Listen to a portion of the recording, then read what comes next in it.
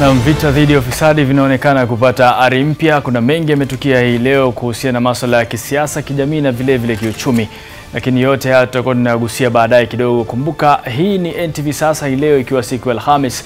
Kuna mengi ambayo tutakuwa tunakuletea ikiwemo taarifa, na mbali ya hayo upo mjadala hapa studio. Kumbuka wanasema kwamba vijana ndio nguvu kazi na ndio nguvu mpya na ndio viongozi wa kesho. Ingawaje wengi wanahoji kwamba hii kesho haifiki. Manake wakitizama katika nafasi za uteuzi serikalini na maeneo mengine, wanaoteuliwa sio vijana, lakini ni vijana kwa njia nyingine. Kwa yote haya tutakuwa tunajadili hii leo, lakini kwanza katika mitandao yetu ya kijamii pia tunataka ushirikiane nasi kwa njia moja au nyingine. Mbali na hayo ni kwamba kabla tuingie katika swali la leo au mchango ambao tunataka ushirikiane nasi leo, tunaangalia vivumio katika mitandao ya kijamii, na baadhi ya vivumio vinavyozungumziwa sana hii leo ni kuhusiana na safe spaces for youth, yani sehemu za vijana, kwa ufupi sehemu nafasi kwa vijana, sehemu za vijana katika jamii. Yote haya ndio ambayo yamegusiwa kwa uzito siku hii ya leo katika mitandao ya kijamii, na ni jambo ambalo tutakuwa pia tunalizungumzia hapa studio katika mjadala na mazungumzo ambayo yatakuwa yanaendeshwa na mwenzangu Daniel Mule na wageni wetu ambao pia ni vijana watakuwa wanazungumzia swala hilo kwa ujumla. Na wewe pale ulipo, tungependa na tungefurahi wapo utashirikiana nasi kutupatia maoni yako katika mitandao ya kijamii, hususan NTV sasa au vile vile Harith Salim na vile vile Dan Mule, kuhusiana na hili swala. Je, vijana wanazitumiaje fursa wanazopewa katika serikali kujiendeleza? Vijana wanazitumiaje fursa wanazopewa katika na serikali kujiendeleza? Kuna fursa zimetolewa na serikali kwa vijana kujiendeleza, mojawapo ikiwa ni hazina ya uwezo na hazina ya vijana. Kwa hiyo tunataka kuyajua haya yote kutoka kwako kupitia njia ya mitandao ya kijamii, au vile vile unaweza kutupigia simu moja kwa moja katika nambari ambazo utaziona baadaye kidogo katika kipindi hiki.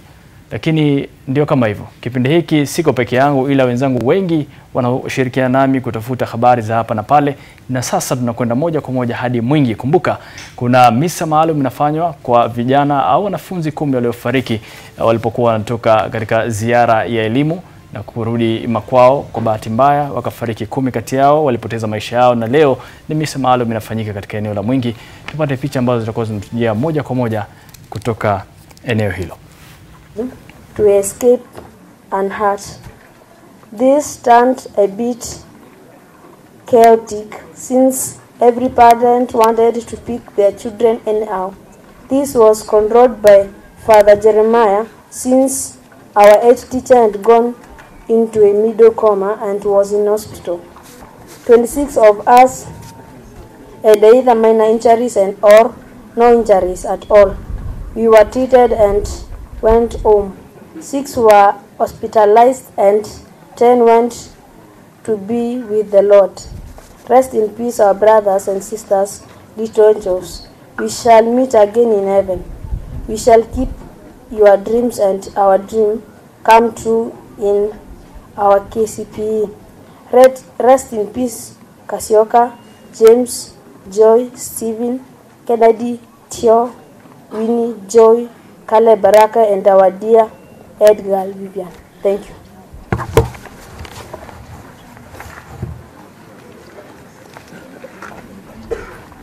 Tribute for the school.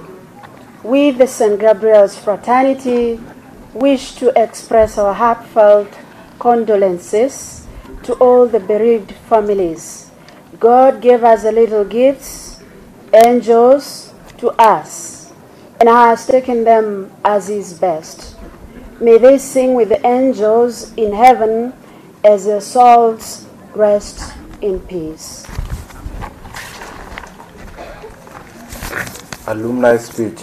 We, the former St. Gabriel's pupils, all boys and girls, those present and those who did not make it. Na picha za moja kwa moja kutoka Mwingi. Ibada maalum ya waliopoteza maisha yao ni vijana wanafunzi 10 ambao walikuwa wanarejea nyumbani kutoka ziara ya elimu, na risala za rambirambi zinaendelea kutolewa katika eneo hili na vile vile kutoka maeneo tofauti humu nchini.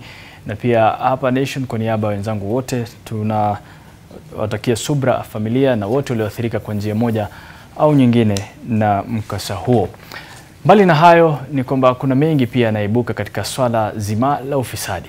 Ufisadi umejigawanya katika nyanja mbalimbali. swala la sukari. Sakata ya sukari imegonga vichwa vya habari na bado inaendelea kugonga vichwa vya habari. Na sasa tunaungana naye mwenzetu Seth Olale aliye katika maeneo ya bunge kutujuza mawili matatu kuhusiana na ripoti ambayo pia inaonekana imeibua vuta nikuvute kuhusiana na swala hili la sukari. Seth Olale, kama unanipata kwa njia safi, usukani wako. Asante sana Harith Salim, asante sana na kupata vyema kutoka maeneo ya bunge jijini Nairobi, ambapo wakati wote sasa tunatarajia kwamba mjadala kuhusu sakata sukari nchini utaweza kuwasilishwa bungeni na wabunge kuanza kuzungumzia ama kujadili swala hilo. Kumbuka hii ni mara 4 kwa mjadala huu kuhairishwa, na inaweza kulingana ama pengine ni kutokana tu na masuala mengi ambayo yameweza kuibuka tangu kamati maalum ya bunge ilipoanza uchunguzi kuhusu sakata ya sukari mwezi Juni, na hivi sasa tunarifiwa kwamba mjadala huo umepangiwa kufanyika katika majengo ya bunge leo alasiri. Kwa hivyo tunasubiri kwa hamu kama tu vile Wakenya wengine na wadau husika kuona ni gani ambayo ama ni nini kitakachojiri kutokana na ripoti hiyo ambayo inajadiliwa bungeni hii leo. Lakini taarifa za hivi sasa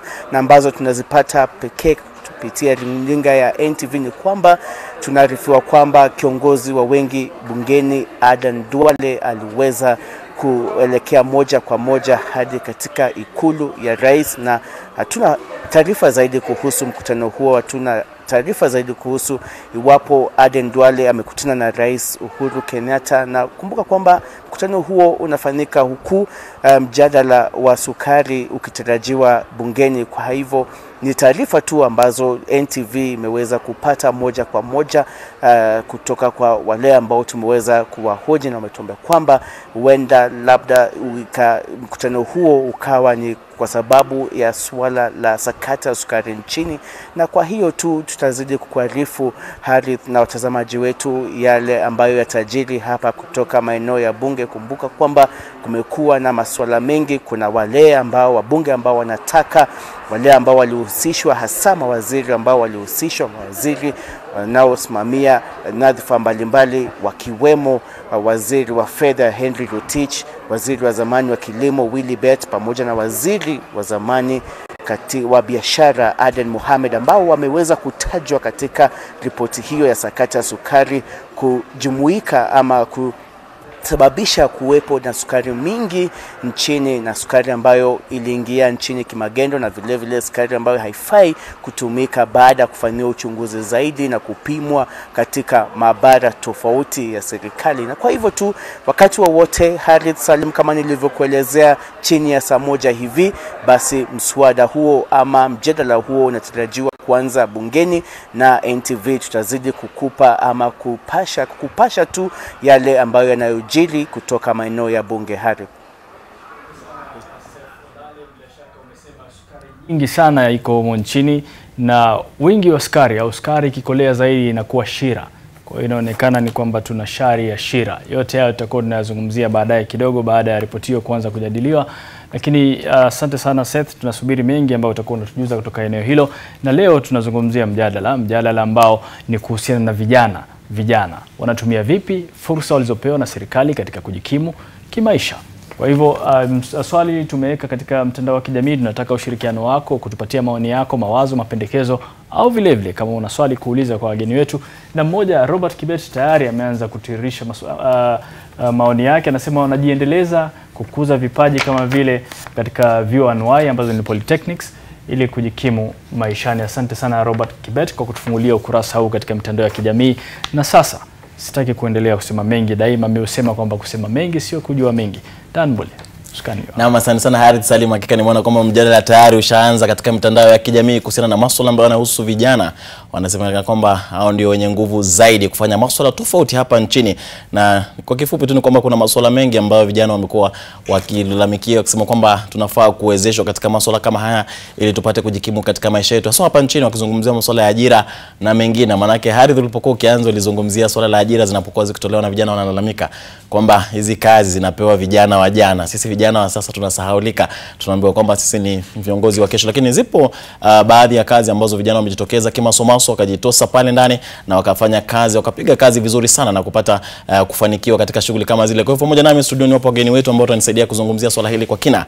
Na mtazamaji hapo baadaye ukipata fursa kupitia line zetu za simu, mtandao ya kijamii, basi unaweza kusema nasi kuhusiana na mada ya leo, tujue vijana wafanye nini ili wapate fursa ya kujiendeleza katika masuala tofauti kimaisha. Kwa hivyo nitawatambulisha wageni wangu studioni. Nitaanzia mwisho kabisa.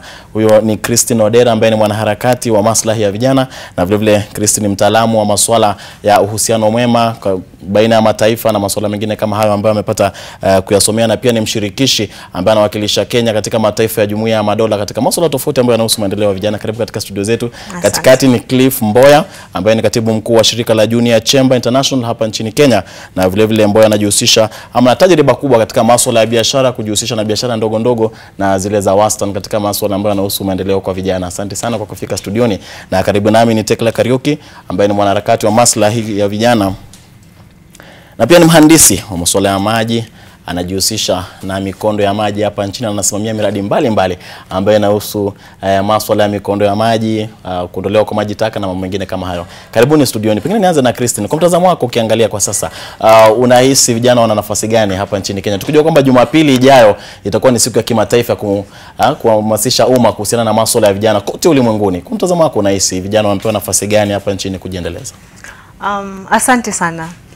Nafurahikia kuwa hapa. Kitu cha muhimu ni sisi ni vijana.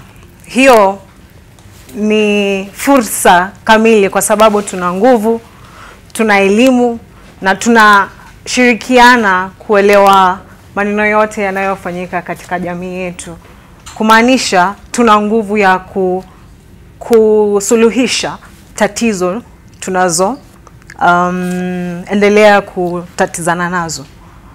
Kwa mtazamo wako unahisi kwamba zile fursa tunazitumia vizuri kama vijana? Kwa kifupi tu. Fursa inategemea.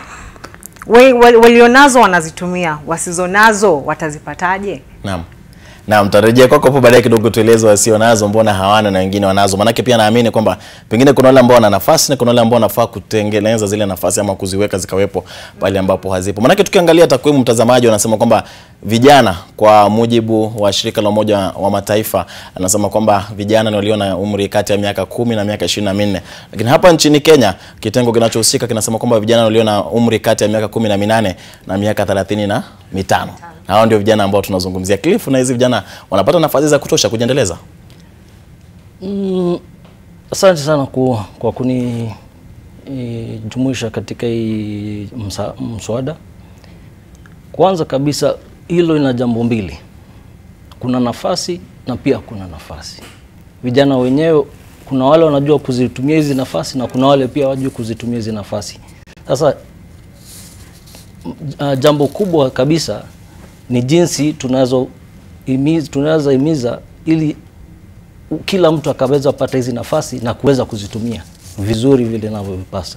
Nafasi zipo, lakini ni shida ni unaweza ziona hizi nafasi? Naam, tungependa utatupa maarifa haya namna ya kujua hizi nafasi na kuzitumia tunavyoendelea na mjadala wetu. Takila, kwa mtazamo wako ukiangalia hapa nchini Kenya vijana wanalalamika sana kwamba hatuna ajira, hatujapewa nafasi. Wana nafasi za kutosha ambazo pengine wanazitumia ama hawazitumii? Asante sana Dan. Nahisi mikakati haijawekwa ile inavyostahili kuhusisha vijana, kwa sababu hata wale vijana wamehusishwa bado wanalia, wanasema hawajahusishwa vizuri. Kwa hivyo kwa maoni yangu nitasema vijana hawajahusishwa vile inavyostahili. Na pengine nikianza na wewe, manake wewe ni mhandisi, umesomea masuala haya na unajihusisha katika hizi kazi. Kwa mtazamo wako unahisi kwamba tukiangazia kuna malalamishi mengi kuhusiana na masuala ya ajira, unahisi kwamba ajira ndio tatizo kuu kwa vijana ama kuna matatizo mengine ambayo yanafaa kushughulikiwa kuhusu vijana? Ajira sio tatizo kuu. ningesema tatizo kuu ni kujumuisha mentoring vijana kuweza kukua kwa kazi, ndio waelewe ile kazi wanayoifanya inahitaji nini. Wakielewa jinsi ile kazi inafaa kufanywa ama wakihusishwa kwa mikakati, hapo sasa watasema wamehusishwa vilivyo. Yes. Na umezungumzia swala ambalo pengine Cliff unaweza kutueleza, manake ili swala la ajira. Vijana takriban nusu milioni kila mwaka wanafuzu kutoka vyuo vikuu, vyuo vya mafunzo anuai, vyuo vya mafunzo mengine ambayo yanahusisha talanta na zile nafasi za kazi pale. Unaonaje mtazamo wako? Unaona katika vile system iko, tunatoa wanafunzi wengi wanatoka kwenye shule, lakini hakuna ajira ile inayokuja wanakuja wanapata. Kwa sababu gani? Na kwanza hatuna project ama miradi zile zinaendeleza zile zilianza. Tunafungua mradi mpya, tunafunga zile za zamani.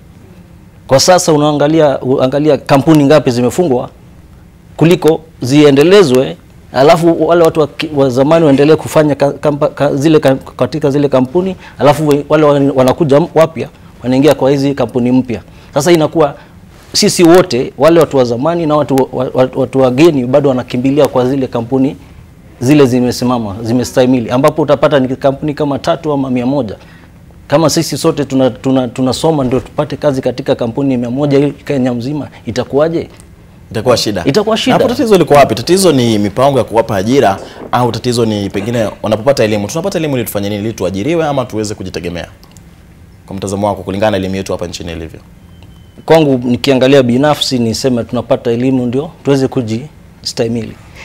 Lakini kwa vile society imetulea inatuambia kwamba ukipata masomo unatafuta ajira. Unaelewa? Haijakwambia ukipata masomo enda sasa ukajiajiri. Na ule mtu amejiajiri, kama ufike pale mbele unaangaliwa kama bado wewe mtu duni. Sasa kila mtu pia uwezi stahimili ukae pale ukiongoja ile ati ufike na breakthrough ndo sasa ukuwe pale mahali ulikuwa unataka kuwa. So watu wengi watakimbia kwa ajili ya society pressure, peer pressure, watakimbia pale watafute ajira. Na unafikiri inafaa kwa hivyo? Maana unajihusisha na wafanyabiashara wadogo wa kiwango cha wastani, umeona wakikua na mambo kama hayo. Unahisi inafaa kwa hivyo kwamba tunasikiza sana tunavyosema? Haifai kwa hivyo, kwa sababu mimi kwa hii mradi ya vijana nimekuwa sasa for 15 years, since I was 24 years. And when I did not have the chance sikupata nafasi nipate ajira. Nikasema ni nini naweza fanya nikajipatia ajira. Kitu ya kwanza nilienda nikafungua kampuni. Nikaanza kutafuta kazi ndogo nikafanya, nikapata kidogo nikasema mbona nisifungue ingine, unajua. Na ulikuwa unasomea shahada gani shuleni? Mimi kusoma shahada baadaye, nilikuja kusoma baadaye. Baada ya kuanza kufanya biashara. Na hiyo nilikuja nikasoma sasa mambo ya leadership. Yeah. Naam, Christine, unamsikia Cliff alianza kazi tota bila mafunzo yote na akaingia katika masuala ya biashara. Mtazamo wako unahisi tatizo kuu ni lipi ambalo linakabili vijana? Tatizo kuu ni fikra zetu na tamaduni zetu. Manake mzazi wako akikulipia kwenda shule, unatumwa shule ukasome ndio utapata ajira. Hatukui na ile fikra za kwa unaenda shule kupata elimu, unaenda kupata jinsi ambavyo unaweza saidia kubadilisha shida ambazo tunakumbana nazo kila siku. Sasa inakuwa ngumu ukitoka shule, unashangaa umefanya shahada ya kama mhandisi. Unatoka nje, huwezi anza uhandisi. Hakuna mtu kwa familia yenu yote ni mhandisi.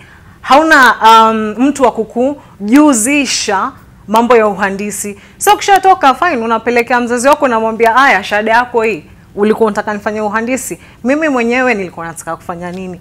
Tamaduni zetu hazijafika ile kiwango ambayo tunaweza kuwa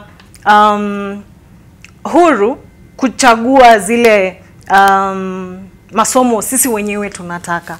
Sasa kuna kuwa na changamoto kuwa unaenda shule unapata elimu na hayambatani na jinsi wewe mwenyewe unataka kujimarisha kimaisha. Kwa hivyo unahisi pengine upungufu kwa katika mfumo wetu wa elimu kwamba lazima ukienda ufuate 8-4-4 umalize bila kujali yako na mambo kama haya. Ndio. I mean wanajaribu najua wanajaribu kubadilisha 844 the system, lakini tunafaa kama wanafunzi kujuzwa vile tunaweza kutumia elimu tuliopewa kuanzisha miradi ambayo inaweza tukimu kimaisha pia. Na mnajua unajihusisha pia na masuala ya amani na utangamano wa kitaifa na kimataifa na masuala mengine kama tukiangalia hapa nchini vijana wamekuwa kutumika vibaya sana hasa nyakati za uchaguzi, kuzua vurugu na mambo kama yale. Mbali na hawa manake tutagusia, kuna jambo lolote ambalo unahisi kwamba vijana wamefanya na yakajitokeza vizuri ambao unaweza kuwasifia hapa nchini? Kila kitu. Vijana wa Kenya wana sauti. Ukitembea Afrika nzima huwezi fananisha vijana wa Kenya na vijana wa nchi zingine Afrika. Wacha tukae Afrika. Lakini government yetu haitupati that goodwill ya kuendeleza mradi tulizoanza, ya kuwa vocal mpaka pale ambapo tunaweza shirikiana na government kutimiza ndoto zetu. Sasa tunataka serikali kufanya kazi na serikali kuwasaidia kukumbana na hizi changamoto ambazo zote wawili tunajaribu kukumbana nazo. Naam, asante sana. Umezungumzia swala la kujitokeza sana, wanasema ni tofauti. Najua katika mtandao wa kijamii vijana wa Kenya wanasifika sana. Cliff, sijui unaje wewe kwa mtazamo wako? Kuna chochote ambacho unaweza kuwasifia vijana hapa nchini? Kusema kweli vijana wa Kenya wamefanya, wacha niseme tumefanya, kwa sababu mimi pia niko kwenye hiyo bracket. Tumefanya vyovyote tunavyoweza, lakini tunapata pia kuna changamoto kidogo. Tunapofika mahali fulani hatuwezi endelea zaidi, kwa sababu either wewe umetoka unajua nani ama unafanya nini, unahitaji kuwezeshwa zaidi. Sasa sisi tunasema tu ile ingekuwa na a system where kuna mali kijana ukiwa na mawazo yako, unafikiria unajua mtu fulani, unaweza enda ukaongea naye ukamwambia ndio mawazo yangu na hivi ndio mimi naona naweza saidia serikali, kwa sababu zile vitu mingi tunafanya kwa kujitolea. Hatulipi na mtu, tunajitolea tu, tunasema mbona tukifanya hii tunaona hii society yetu itakuwa mzuri. Na hivyo tukiendelea kufanya namna hiyo, hata serikali itakuwa na kazi rahisi, kwa sababu yao ni itakuwa tu kazi administrative, lakini vijana wanakuwa na wananchi ndio wanafanya mambo mingi, kwa sababu wananchi wanataka kujumuishwa katika hizi mambo inaendelea. Na sana sana sisi vijana tunasema tunataka kujumuishwa, kwa sababu sio vitendo tu hizi za hapa chini kwa grassroots. Tunataka tukaa pale kwa meza ili tuambie hapo ukifanya hivi hawa vijana watafurahia. Kwa sababu gani? Population size 70% ni vijana below 35. Hao watu wote watafurahi, kwa sababu ile kitu tunasema ndio ile inafanyika kule chini.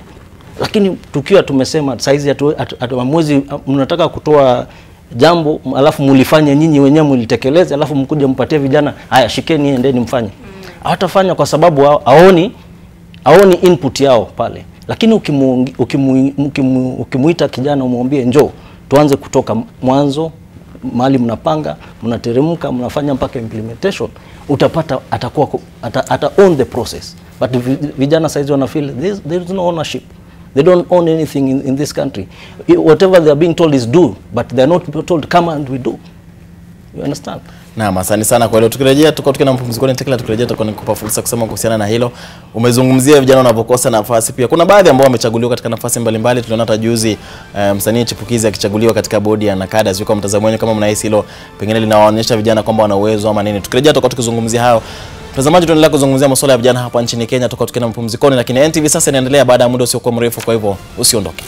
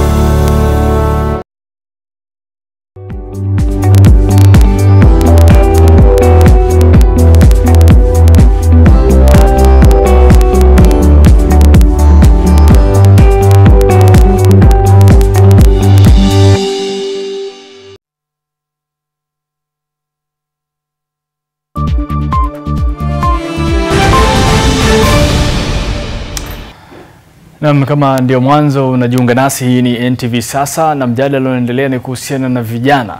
Hao vijana wanajiwezesha vipi baada ya kuwezeshwa na serikali? Kuna mambo mengi ambayo serikali labda imefanya kwa njia moja au nyingine katika jitihada za kuinua vijana kupitia nyanja mbalimbali. Kwa hiyo tunazungumzia swala hili, je, serikali au vijana wametumia vipi fursa za kuwezeshwa na serikali katika kujikimu wao wenyewe kimaisha, kujiwezesha kiuchumi na vile vile kisiasa kwa ujumla? Kwa hiyo maoni yako tunaendelea kupokea katika mitandao ya kijamii NTV sasa, Harith Salim na vile vile Dan Mule.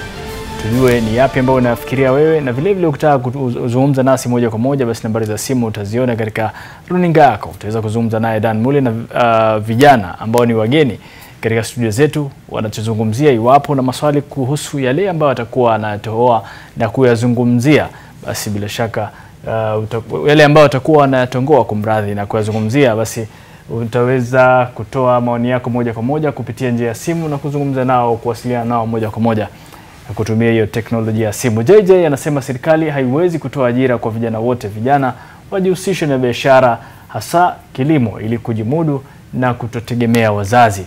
Kwa hiyo ni changamoto kwa vijana kilimo. Vijana wengi hawapendi kilimo. Wanasema kwamba wana masuala ya kilimo au kulima ni ya mashambani, na ukiwa mashambani unakuwa mshamba kwa njia moja au nyingine. Sijui ukweli wa mambo hayo uko wapi, lakini changamoto imetolewa kwa vijana wajihusishe na kazi, kwani kazi ni kazi. Bobo Wino anasema kwamba serikali ni siasa na hao wazee hawawezi kuwapa vijana nafasi. Miaka nenda miaka rudi, tunaambiwa nyinyi ni viongozi wa kesho, na kesho cha kusikitisha haifiki. Mugolo anasema ndio nafasi zipo, lakini wanaozipata kwa wingi ni wanaoishi mijini au karibu na miji, hali walio mashambani wanazisikia nafasi hizo kama hadithi tu. Mugolo anazungumzia swala hili la nafasi za ajira au nafasi za kazi kwa vijana.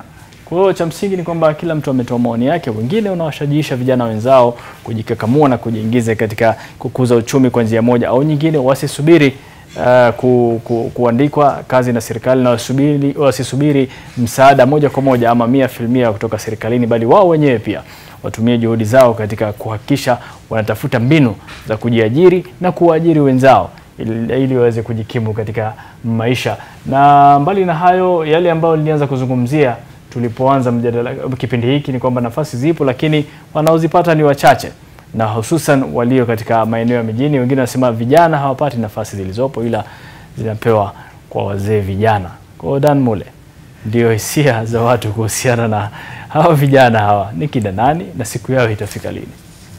Naam, asante sana Harith Salim. Hakika wajua tulipokuwa tukisema hapa na wageni wetu awali, Christina alizungumzia swala la tamaduni na mitazamo walionayo wananchi kwamba unahisi mimi nasoma nikapate kuajiriwa. Na jambo ambalo mlizungumziwa na wageni wetu wote hapa studioni kwamba ule mtazamo wa mtu anapokuwa shuleni ama katika chuo cha mafunzo yoyote anahisi kwamba nikimaliza na tarajia kwamba nitaajiriwa, lakini tofauti huja pale. Nimeona JJ akizungumzia masuala ya kilimo akisema vijana wajitokeze kimasomaso katika kilimo, na nimeona wengine wakizungumzia masuala ambao wanakuja mijini kutafuta ajira.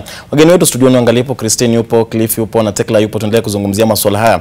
Pengine Tekla, nikianza na wewe, kauli aliyotoa JJ kusema kwamba vijana wajihusishe na masuala ya kilimo, pengine unahisi kwamba ni mtazamo ambao unaweza kuunga mkono? Naam, naweza unga mkono. Kilimo inawezesha vijana, inawezesha nchi yetu, na pia inaambatana na the Big Four agenda. Lakini changamoto kwanza, ukulima kwa yule kijana kama mimi, unahitaji shamba, unahitaji mbegu, unahitaji maji. Kuna changamoto mingi. Zile nafasi zimepewa vijana kuweza kupata funding kuanzisha hizi projects, ni zinafanya mtu you undergo a lot of process. Zile kama kwa mfano ile hazina uwezo, hazina taifa, kwa vijana, sio rahisi kuzipata. Sio rahisi kuzipata. Tena kama uwezo fund ama youth enterprise fund, lazima mkue kama group, na ndio mkue mmejihusisha pamoja, lazima mkue mnaishi mahali pamoja. Yule kijana ako mashinani, ako kwao mashambani, ataungana na jirani yake aje. Hakuna nafasi ya kupatia yule kijana as an individual the opportunity ya kuweza kupata the funding. Lakini sio nasema umoja ni nguvu, kwa hivyo wakikuwa wengi ndio watakuwa na nguvu zaidi, ama unaonaje hapo? Ukweli kabisa. Lakini changamoto ya ukulima ni funding. Na ndio ukusanye wale vijana. Tumepelekwa shule na wazazi na tunawashukuru. But tukienda shuleni, agriculture inamalizia form 4. Ukienda kama Jomo Kenyatta University, very few, ni wachache sana wana pursue kilimo. Wale wengi wako hizi zingine tumeambiwa ndizo zinatusaidia kwa maisha. Tutaka kazi za afisini, tuketi na mambo kama haya. No. Lakini hiyo nafasi ya ukulima, nafasi ya jua kali kwa kijana, ukipatiwa nafasi na upatiwe mafunzo vizuri shuleni, uelezwe ya kwamba si kazi ya ofisi peke yake, utakuwa unaweza kuelewa, you will have the understanding ya kwamba sio kazi ya ofisi peke yake ambayo inalipa. Actually ukulima unalipa pia. Na asante sana kwa kauli. Na Cliff, pia ningependa kusikia kauli yako kuhusiana na hili. Aswa ukirejelea kauli ya mmoja wa watazamaji ambaye amesema kwamba vijana wengi wanakimbilia mijini. Wanaamini kwamba ndiko kazi zipo. Na tunajua hapa mijini matatizo yaliyopo, unakuta hata pengine mtu amekaa na watu wa familia yake kama 10 kwenye nyumba moja, na watu wanatafuta kazi. Mtazamo wako ni upi? Unahisi kwamba ni kweli kazi zipo mijini pekee na mashambani hakuna kazi, hakuna nafasi? Kazi haipo mjini. Kazi ipo mashambani. Kwa sababu gani nitasema hivi? Mimi nilipoanza nilikuwa mimi mkulima. Hapa nipo mimi ni mkulima. Nilipoanza nilikuwa nimeanza na kuuza biashara kulima vitunguu naleta mjini. Narudi tena pale mashambani natafuta vijana wale wanalima ni vitunguu, tunashikana tunaleta mjini. Unaelewa? So ukiangalia chanzo mwanzo kwanza natoka mashambani ndio ije mjini. Mjini ni consumer peke yake, lakini sio producer. Sasa vijana wengi lazima waangalie wakuwe kwanza producers. Ukiwa producer uko na mapato kubwa kuliko ule consumer. Juu unaweza kujimudu. Kama sasa mimi hapa ukiangalia katika profile yangu, tulianzisha organization ito Young People Health Association in 2009. Saizi mahali tupo tumeshikana kwa vikundi. Tunafanya mradi tofauti. Mradi moja number 1 tunafanya saizi ni Kiambu, tunafanya ukulima. Pale vijana wamepanda avocado, wamepanda sukuma, wamepanda na saizi wanataka kuweka nguruwe pale. Unaelewa? Alafu sisi tumetoa wale vijana si vijana wa Kiambu peke yake, tumeshikana vijana hata wa Nairobi wapi, tunasema tunataka kuinvest pale. Kwa hivyo unachosema Cliff ni kwamba vijana wanapaswa ama tunapaswa kubadilisha mtazamo. Lazima mtu ajiriwe. Na mtazamaji, katika runinga yako kuna nambari ziko pale za simu, na fursa sasa hivi kupiga moja kwa moja ukasema nasi, ukauliza swali, watu wakatoa mchango wako katika mada yetu ya leo. Na iwapo na swali kwa wageni wetu, basi fursa ndio hiyo. Christine, sijui mtazamo wako ni upi? Manake wewe umejihusisha na mataifa mbalimbali katika Jumuiya ya Madola. Ukilinganisha hapa nchini Kenya na mataifa yao mengine, unahisi vijana hapa Kenya wanajitokeza vipi katika masuala ya kujiendeleza? Mwanzo nataka kuongea kuhusu miradi kama Uwezo Fund na the Youth Fund. Si kila kijana ana fikra za kuanzisha biashara. Na kama serikali inatufanya sote tuanzishe biashara, ndio unaona wengine wanashindwa kurudisha mapato kwa sababu umelazimishwa kufanya biashara, we mwenyewe hutaki kufanya biashara. Serikali inafaa itupatie options. Kama unataka kufanya biashara, fanya biashara, pesa ndio hii. Kama unataka kufanya miradi ambayo itasaidia jamii, fanya miradi yako, uendeleze jamii. Lakini serikali imetufanya sote tunafikiria kitu moja, kila mtu fanya biashara. Inakuwa ngumu. Wewe pia unataka kupata hizi funding, lakini unalazimishwa kufanya biashara. Huna fikra za biashara, utaanzisha aje? Ukiangalia mataifa nyingine, unapata vijana wanapatiwa fursa ya kujimudu kulingana na talanta zao. Unataka kuimba, pesa ndio hii, imba. Unataka kufanya arts, endelea. Unataka kufanya social sciences, endelea. But serikali ya Kenya inatufanya sote tunaangalia biashara, itakuwa ngumu. Na lakini si mtu anaweza kuchukua zile fedha akazitumia pengine kujiendeleza katika talanta yake ama kitu kingine kama kile. Ndio, lakini hiyo si ile lugha tumepatiwa. Unapatiwa lugha kukwambia lazima ikuwe biashara ili urejeshe mapato. Naam, Cliff, una lipi la kusema? Naona uko tayari kabisa. Maybe nikiongezea kwenye hiyo vile anasema mambo biashara. Sio kila mtu anaweza fanya biashara, lakini huyo mtu mmoja anaweza fanya biashara akipatiwa support na wale wanaweza andikwa chini yake. Unaelewa? Kama ni serikali ikampatia pesa, ikakuwa na system vile ataandika, atapatia watu wengine kazi. Kuna mule mtu ni very good in managing, lakini hata ukimpatia biashara hizi fanya biashara. Huyo serikali inampatia jukumu ya kuandika watu kama kwa chini yako. Wewe unafanya biashara na unaandika vijana wengine. Namna hiyo kila mtu atasaidika. Kuna ule ndio kila mtu anafanya ile kwa kipaji chake. Lakini saizi kila mtu vile anasema, kila mtu anakimbia biashara, so tunagongana pale. Na asante sana. Unapozungumzia masuala haya, amesema kwamba nafasi ambazo zimetolewa kwa vijana nchini hazitoshi katika ajira na masuala mengine. Tekla, nyinyi mnajihusisha na masuala ambayo yanahusu kutengeneza ile mikondo maji, mipango mbalimbali ambayo inahusu masuala kama ile katika mitaa yote hapa nchini. Kwa mtazamo wako, ama mmekuwa mkifanya vipi? Zile kazi mmekuwa mkiwapa nani? Zile kazi za kandarasi za kufanya kazi pale mnawapatia vijana wa humu nchini au ni wataalamu kutoka nje? Kuna minimum requirements za kupata kandarasi in any organization. Utapata wanaweka rate iko juu. Kijana hawezi pata ile minimum wanataka kama security for example. Tena wakikupatia hiyo kandarasi,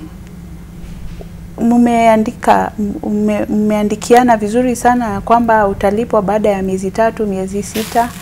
Sasa yule kijana hana ule uwezo wa kuweza kufanya ile kandarasi bila malipo ya moja kwa moja. Bila malipo ile vile mmeagana. Utapata kijana amepewa kandarasi, amefanya ile kandarasi vizuri, lakini amefika mahali akakwama. Alafu serikali inakuja kusema vijana nyinyi tunawapatia kandarasi lakini hammalizi. Lakini shida si vijana. Shida ni ile mikakati imewekwa. Na mikakati itakuwa migumu kwao. Yes. Na najua muda unazidi kuyoyoma sana, ningependa sana tuzungumzie ile swala la ufisadi, maana yake pia vijana wana nafasi gani katika kupiga vita ufisadi? Wana nafasi gani katika kuleta amani nchini, waache kutumika wakati wa siasa kuzua vurugu na mambo mengine kama hayo? Pengine nikianza nao tueleze kwa mtazamo wako. Kumekuwa na masuala mengi ya ufisadi ambayo yanahusisha ile hazina ya vijana katika kile kitengo cha NYS. Hilo linaathiri vipi vijana kwa mfano? NYS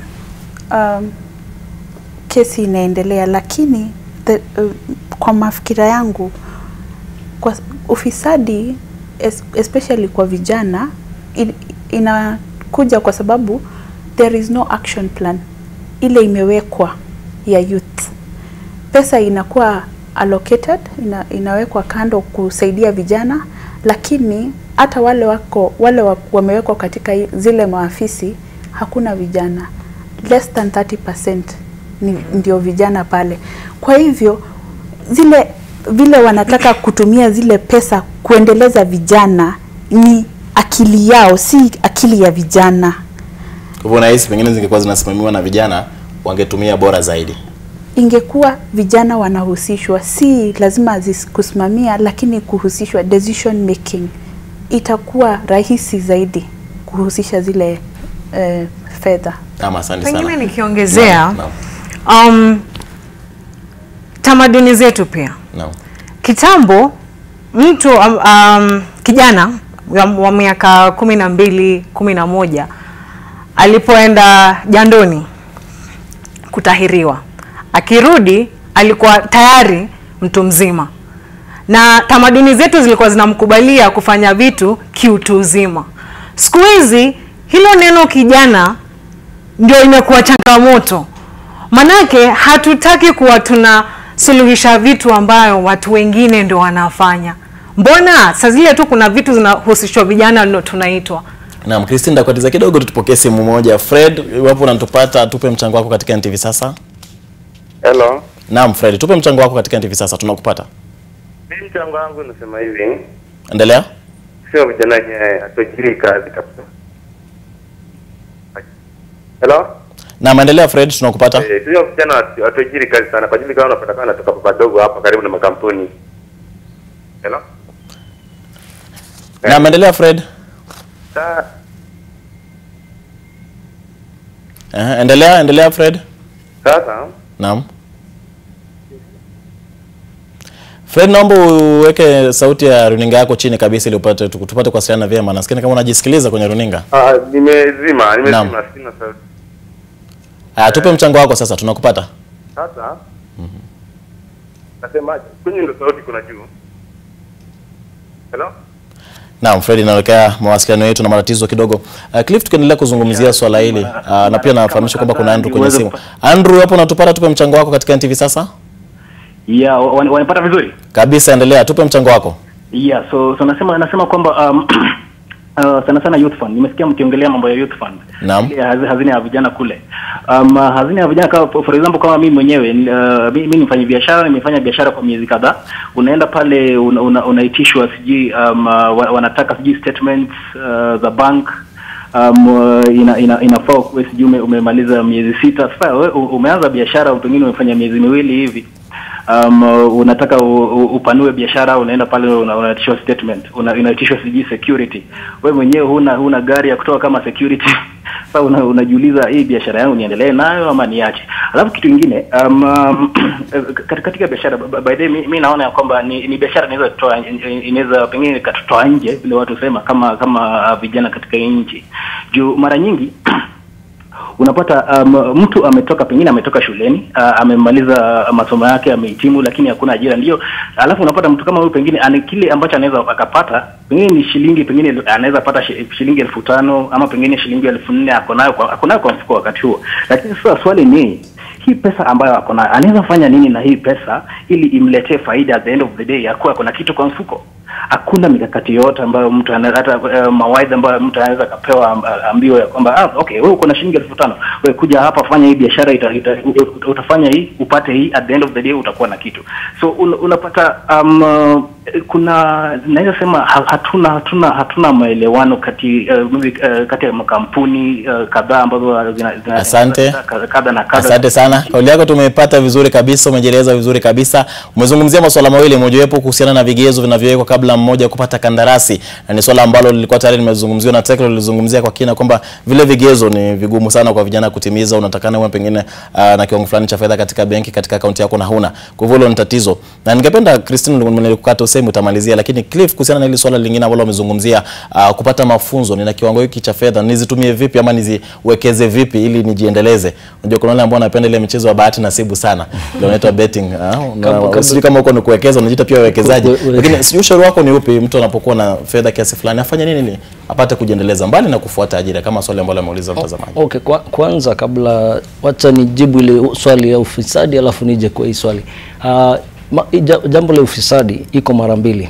Ukiangalia katika recent report ilikuwa inasema vijana wengi wako tayari kufanya corruption wakipatiwa nafasi. Nafasi hawana. Ni nafasi hawana. Ni kusema kweli hiyo ndo one of the main challenges we have here. But kwanza mimi ningesema kwanza tujaribu to change mawazo. Tuanze kufanya vitu vile inavyopasa, and then sasa tunaweza sema vijana wa hii wakati wetu walifanya hivi ama wanaweza jivunia kitu fulani wamefanya. Kwa sababu saizi hata kusema kweli wakapatiwa hiyo nafasi kuwa NOS, utapata ni vijana tu. Ndio wanafanya ni vijana tu, lakini kukula wanakula. After 2 days wamefura, hata utajua kama ni kijana wa 30 ama ni mzee wa 48. Unaelewa? So hiyo ni one of the things lazima tubadilishe fikra kabla tuanze kusema tunataka hiyo jukumu. Tukirudi pande ya namna ya kuwekeza, kama namna ya kuwekeza, lakini ajue afanye nini azalishe zaidi zile fedha. Namna ya kuwekeza, sisi ile mimi nitatumia kwa ile mfano tunatumia aba na aba ujaza kibaba. Ukiwa na mkiwa umeshikana hata kama watu 5, kila mtu akatoa 5,000 mtapata kiwanja mahali, mtaanzisha kitu mradi fulani. Unaelewa? Sasa vijana ubaya sisi tunaongoja tupate pesa mingi ndio tuanze. Mimi biashara yangu ya kwanza nilianza na shilingi 10,000. Ilikuwa ya kilimo ama ilikuwa gani? Ilikuwa ni ya kilimo, lakini nilichukua 10,000 ndio nikaenda kununua kwanza kitunguu ya kwanza. Sikuwa na shamba. Nilienda nikasafiri, nikapata mtu akaniuzia kilo fulani. Mimi nikakuja nikaanza kupiga hapa. Unaelewa? So it's about the mindset again. Naam. Yeah. Kwa fikra sana. Christine, nilikukata useme ukimalizia, na pia ningependa ugusie ile swala kabla muda hujaisha, ili swala la amani. Najua unajihusisha sana na haya masuala. Vijana wanachangia vipi, mwana nafasi gani katika kuhakikisha kwamba tunadumisha amani na utangamano nchini? Masuala ya ukabila yamekuwa yakijitokeza katika vyuo vikuu na masuala mengine kama, na tunatarajia kwamba kizazi hiki na kizazi kijacho ndicho pengine ungejitokeza katika kuzima yale masuala ya ukabila ambao umekuwa ukitatiza taifa hili na mataifa mengine ambayo yanakuwa ulimwenguni. Pengine nikimalizia uliponikatiza, vijana tumefanywa kama ambaye tumekuwa viumbe ambao tunahusishwa kama watu walioko tu mahali wanaletwa saa zile kuna kitu nataka kufanyika, lakini saa zile kila mtu anaongea kuhusu masuala ambayo yanafaa kutupa changamoto kwenye society. Hatuhusishwi, tunakuja kuletwa baadaye. Na hapo ndio kuna shida. Masuala ya amani inaletwa pamoja na barabara nzuri, kilimo, lazima tule sisi wote. Nisipopata chakula nitaenda kuiba. Nisipopata elimu nzuri nitajipa shughuli zingine za kujikimu kimaisha. Itanilazimisha niende niibe nikaue ndio nipate nini? Chakula. Tunaanzisha familia. Itanibidi tena nimeenda nimefanya kitu ambayo italisha watoto wangu na mke wangu na bwanangu. Sasa masuala ya amani inajihusisha na kila kitu. Entrepreneurship, masuala ya good governance na kila kitu. Tusipopata good governance na good business opportunities, hatutakuwa na amani, kwa sababu itakubidi uende ufanye uhalifu ndio uweze kujikimu kimaisha. Na pengine ukizungumzia hilo ni kumaanisha kwamba tuketi tusubiri tufanywe haya masuala, ama kuna mambo ambayo kama vijana tunaweza kujitokeza tu katika upungufu tulionao na tukapata kujiendeleza? Vijana tumejitokeza. Shida ni hatushikwi mkono na wale ambao wana kila kitu wenye tunahitaji. Tunapaswa kushikwa mkono, tuambiwe, waona wewe unataka kufanya biashara, nenda hivi. Wewe unataka kufanya masuala ya kilimo, hivi ndio unajikimu kimaisha. Ndio. Na unajua ukizungumzia hilo, unajua Tekla leo unajihusisha na kazi ambayo zamani ama awali ilikuwa inahusishwa na watu wa umri wa juu, wahandisi ambao walikuwa wanapata kazi, kandarasi na wale umri wa juu, madaktari na wengine wengi. Lakini kwa sasa hata ukitembelea hospitali, zahanati na sehemu mbalimbali unakuta kwamba kuna madaktari ambao ni vijana kabisa ambao wamepata nafasi. Hili kwa mtazamo wako unahisi lina umuhimu gani kwetu kama vijana? Linatutia moyo kwamba mambo yatabadilika au vipi? Yanatutia moyo mambo yatabadilika, lakini tena ndio mambo yabadilike, sisi kama vijana lazima tuhusishwe. Lazima yule kijana ako mashinani, yule ako hawezi kuja kwa kujua kusomea udaktari hapa Nairobi, lakini ako na ujuzi. Kama juzi tumeona kijana ametengeneza tingatinga huko Kisii. Uzuri alikuwa ametoka NYS, ako afadhali. Lakini kuna vijana wengi wako na ujuzi but hawajui ile ujuzi yao watasaidika namna gani. So ni kuhusisha vijana katika decision making.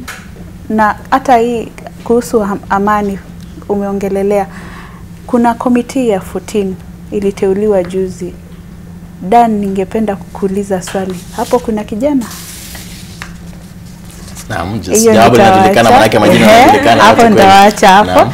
Sasa ni kuhusisha vijana ndio kupate amani. Husisha kijana, kwa sababu yule, for example, yule mama yangu baba yangu akikaa chini na waongee, na mama na baba waongee, mimi naweza amua kuvunja vitu kwa nyumba kwa sababu hawakuniweka pale niwaambie ni nini inanisumbua. Ukihusisha kijana atakwambia ni nini inamsumbua, na utajua address lile jambo ambalo litaleta amani na litaleta sasa vijana kujiendeleza, kuhusishwa. Ndio. Na pengine naam Cliff, pengine nikiongezea isiwe tu vijana tunasema tunaongeza kuhusishwa, tayari tumejihusisha. Kama hivi sasa hivi hatukuwa invited kwa ile panel ya BBI, building bridges, but sisi tumesema when everything ilikuwa inafanyika pale kwa ground, mchafuko, protest kwa street, ni vijana walikuwa wanatumika. Na wengi wetu hao sisi tunawajua, ni mandugu zetu, ni madada zetu, tunawajua. Tukasema kama sisi tunaweza tulikuwa pale, sisi ndio tunaweza leta suluhisho. Ndio kwa maana sasa unaona tumefika mahali tumeleta hii tarehe 12, tumefanya organization sisi wenyewe, tumeenda tukatafuta tukaleta vijana pamoja. Tuseme tuzungumze kuhusu hii mambo ya peace and reconciliation. What do you want as young people? Where do we want to go? Because ile yao ile mbeleni walisema, nikijaribu kurudia, Professor Ndi alisema what the handshake is representing the past and the present. What about the future? Unaelewa? Sisi tuko kwenye future, because I do not resonate so much with the history, but I understand the present and the past. Because the past or the future, why? Because kuna mtoto wangu, lazima nimfikirie. Naam, kwa hivyo ni muhimu kuzungumzia masuala hayo, na tutakuwa tukirejea baadaye utueleze zaidi kuhusiana na tarehe 12 nini kitafanyika, mmepanga masuala gani, vijana wanahusishwa vipi, na itasaidia vipi katika vita dhidi ya masuala ambayo yanawazuia vijana kujiendeleza katika jamii. Mtazamaji, tuendelea kuangazia masuala kuhusiana na vijana hapa nchini, walivyojitokeza, nafasi walizonazo, na namna ambavyo wanazitumia, na namna ambavyo serikali inawapa fursa kujiendeleza katika masuala mbalimbali. Tutakuwa tukienda mapumzikoni kidogo, tukirejea kuna mengi zaidi katika mjadala wetu, na pia tutakuwa tukiangazia yanayojiri sasa katika maeneo tofauti. Endelea kutazama NTV sasa.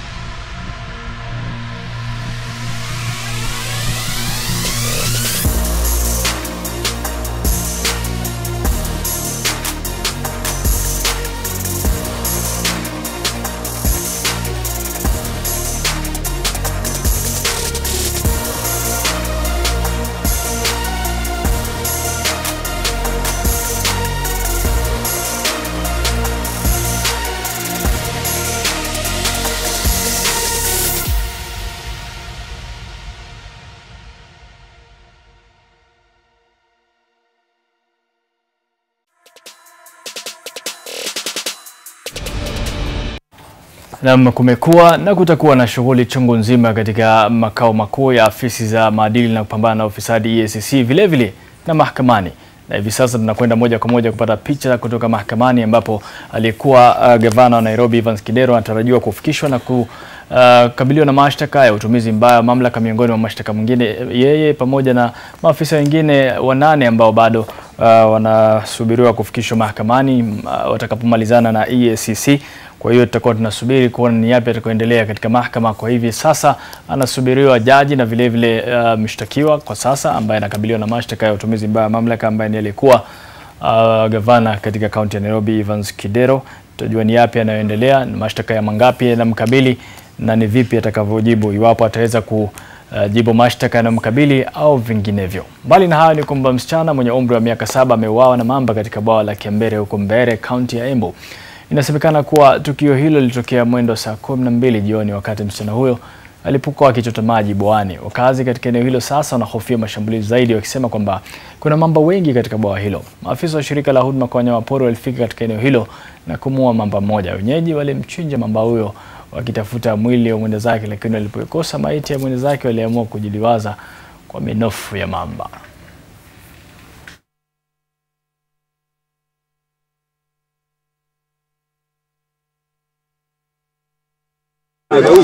Jiona huyo mamba akiwa na huyo mtoto na muda si mrefu sana mamba akaanza kula mtoto tukiwa tunaona. Sasa tukaanza kutafuta njia yenye tunaweza kuokoa hiyo maiti, ni kwa maana alikuwa tayari amekufa. Sasa tukawafikia watu wa bodaboda wakanja. Sasa kuja mamba ikaelewa watu wa motorboti wamekuja, ikaanza kwenda. Tukakimbizana na hiyo mamba kutoka saa hizo mpaka saa 6 za usiku. Sasa hiyo mamba akaenda akapotea na akapotea kabisa.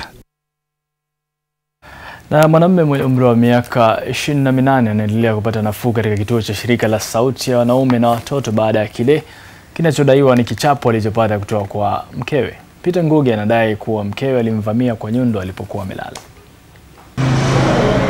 Alivyosimama wima, sio rahisi kutambua masaibu aliyopitia, masaibu ambayo alificha hadi pale mkewe alihatarisha maisha yake. Chimbuko la masaibu yote hayo ni ugomvi wa kinyumbani. Saa chenye kilisababisha ni kumwambia kitu hakuna kitu anasikia. Namwambia kila kitu nikimwambia hataki kusikia. Ana majeraha kichwani ambayo anadai alipata kutokana na ukatili wa mkewe Ruth Wangoi, licha ya kuwa ndiye mwanamke alikuwa mpenzi wake watoka nitoke. Saa siku moja nikatoka kazi, nikaenda tu nikalala. Nilipolala akanikuta na akachukua ile nyundo tulikuwa nafanya nayo kazi. Akanigonga kama mara 6 hivi kwa kichwa. Siku anajisikia. Ngugi anasema kuwa mkewe alizidi kumgonga hadi pale alipojaribu kuamka na kupiga kamsa. Anataka polisi wamchukulie hatua mwanamke huyo ambaye ni mama ya mtoto wake mmoja. Sijui penye yako. Alienda kwa sijui penye walimficha. Hii kitendo rahisi hivyo, sababu kama huyu jamaa angekufa, bwana Ngugi angekufa, sasa haingejulikana ni nini imemuua. Kwa hivyo wanawake wachache walio na tabia mbaya ambao wanaharibia wanawake wengine sifa wanafaa kuchukuliwa hatua za kinidhamu. Charity Mwangi, NTV. Na mshukiwa mmoja ambaye anadaiwa kuhusika katika kusababisha kifo cha kifaru katika mbuga ya Nakuru wiki iliyopita alikamatwa na maafisa wa polisi na kufikishwa kortini jijini Naivasha mbele ya hakimu Martin Mutua. Mshukiwa Aden Abdi Mata alikamatwa katika kijiji cha Bahati, kaunti ya Naivasha, akiwa na bunduki sio halali na pembe za vifaru zenye uzani wa gramu 125. Aliachiliwa kwa dhamana ya shilingi nusu milioni na wadhamini wawili wa kiasi kama hicho.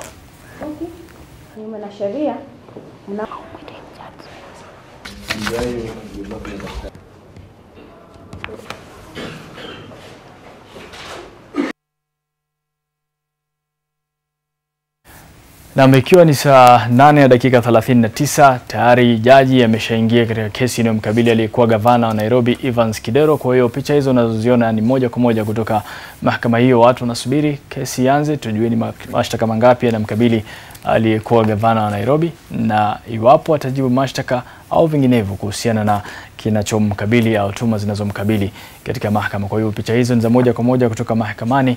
Tayari jaji alikuwa akisubiriwa ameingia na kesi inatarajiwa kuanza muda wote kuanzia sasa.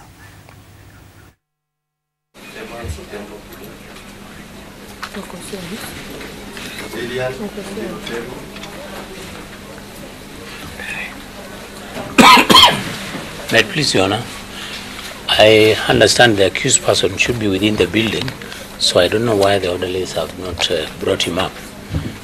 But he had been brought about an hour ago, so he should be.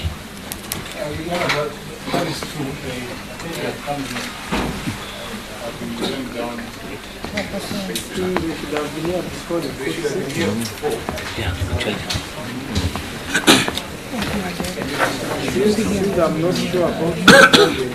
Sorry.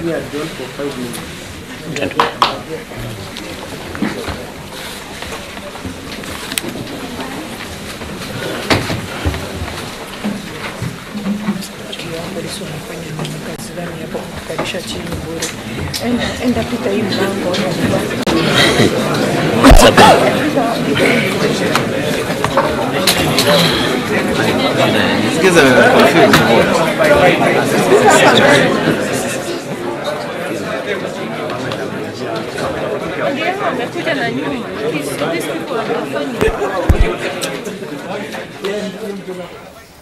Na ndio kama hivyo shughuli katika korti. Tunasubiri Kidero aletwe. Mpaka sasa hivi jaji amefika, lakini Kidero ilikuwa hajafika, lakini sasa hivi tayari ameingia mahakamani. Kwa hiyo tutizame na tusikize kitakachokuwa kinazungumzwa katika mahakama.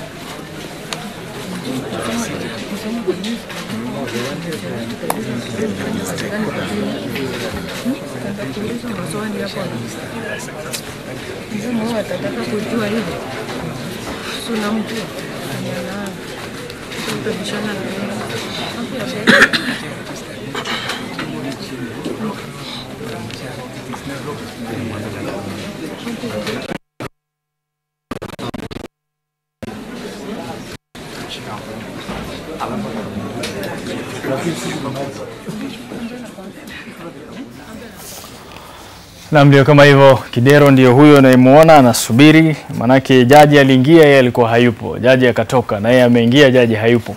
Kwa hiyo ni jambo ambalo linaweka wengi na subra na kutaka kujua kinachoendelea, lakini tunaarifiwa kwamba jaji amesema anarudi baada ya dakika 5. Kwa hiyo wacha tusubiri tuone kesi hiyo itaendelea vipi, lakini cha msingi ni kwamba aliyekuwa gavana Evans Kidero anakabiliwa na mashtaka ya utumizi au utumiaji mbaya wa mamlaka, na alikamatwa jana katika club ya golf na kapelekwa hadi EACC, makao makuu ya tume ya maadili na kupambana na ufisadi, na tangu jana basi leo ndo amewasilishwa mahakamani, na kama unavyoona picha hizo moja kwa moja kutoka mahakamani, anasubiri asomewe mashtaka yake kisha tujue kesi inakwenda vipi. Lakini cha msingi ni kwamba watu wanasubiri kutaka kujua ni hatua gani itachukuliwa kuhusiana na swala hilo. Unaona kwamba mkewe pia yupo kotini kuonyesha umoja na mumewe kuhusiana na masuala au tuhuma zinazomkabili hivi sasa. Mbali na hayo, tunaendelea na taarifa nyingine kutoka maeneo tofauti. Na tume ya kupambana na ufisadi nchini imesema kuingizwa siasa na ukabila katika vita dhidi ya ufisadi ni moja kati ya vizingiti vikubwa inavyokumbana navyo. Akizungumza wakati wa uzinduzi wa mkakati maalum wa kupambana na ufisadi mapema leo, afisa mkuu mtendaji wa EACC Halaki Wako amesema taifa likishirikiana na kukataa ufisadi kwa kauli moja, basi matunda ya juhudi hizo yataonekana. Hafla hiyo pia ilihudhuriwa na mwenyekiti wa Nation Media Group Wilfred Kiboro na balozi wa Marekani nchini Robert Godek. Politicizing and ethnicizing corruption. Fight. It's the greatest problem that we face at the Ethics and Anti-Corruption Commission. For example, if we invite anybody to record a statement, particularly an elected individual in this country, for those ones who are supposedly leaders, we face a lot of challenges. In Kenya, the next step in the fight is clear. Officials should continue and indeed redouble efforts to thoroughly investigate all reports of corruption. And where there's evidence of corruption, law enforcement officials need to investigate and prosecute those responsible, regardless of political party, social stature, or personal connections. What we are saying is we fight, going to war on this fighting of corruption, and we lose, then we don't have a nation. Therefore, as we have today made a public declaration of war on corruption, we must stay firm and be ready to pay the price. But when you go to war, you try to have strategies and plans that minimize your casualties and inflict as many casualties on the other side as possible. That's what we have to do. Watu wawili walikimbizwa katika hospitali ya Thika Level 5 baada ya moto kuzuka katika jumba la Equity Plaza kwenye barabara ya Commercial mjini Thika. Moto huo ambao chanzo chake bado hakijabainika ulidhibitiwa na kitengo cha wazima moto waliofika katika eneo la mkasa. Wahudumu wa benki na wateja wao pamoja na wapangaji wengine katika jumba hilo la ghorofa 5 waliondolewa na maafisa wa Msalaba Mwekundu kwa ushirikiano na wazima moto kutoka kaunti ya Kiambu. Kumradhi, inadaiwa moto huo ulitokana na hitilafu za nguvu za umeme. Inaaminika kuwa mtambo kusambaza umeme katika jumba hilo ulilipuka mwendo saa 11 jioni, huku moshi mkubwa ukisambaa katika vyumba vya ghorofa za juu. Tukio hili lililazima wahudumu wa KPLC tawi la Thika kukata usambazaji wa umeme katika eneo hilo.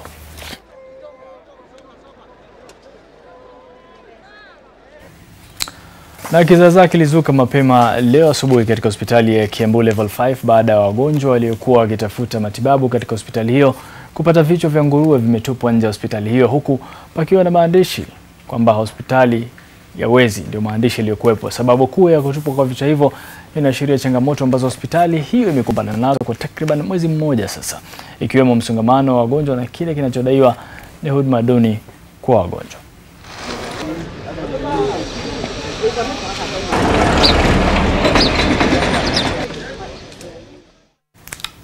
Naam, tunaarifiwa kwamba kesi inaanza sasa, kwani jaji tayari amesharudi na Kidero yupo. Sisi ndio tunatokomea kidogo.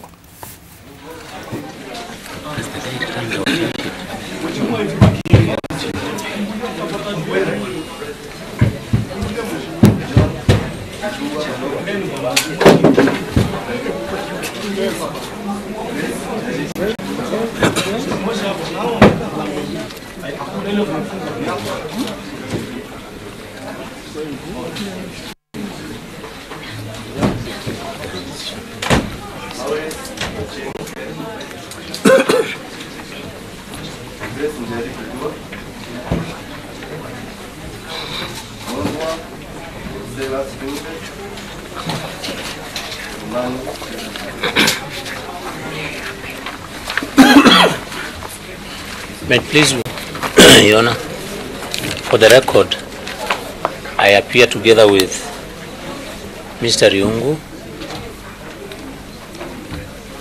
Mr. Owiti, Mr. Kinyanjui, Mr. Njeru, Mr. Nyomache, and Ms. Mwamburi for the DPP.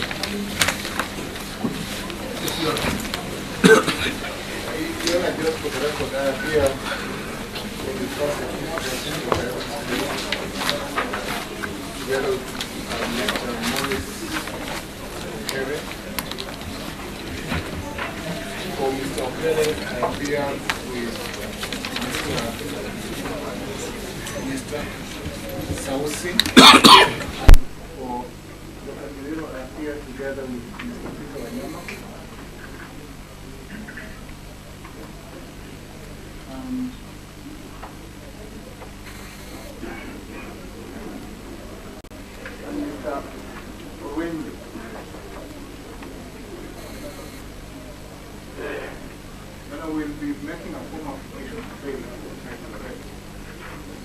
The last name, Mr. Orwenjo. Yes. They notify the court that we intend to make a formal application to charge them.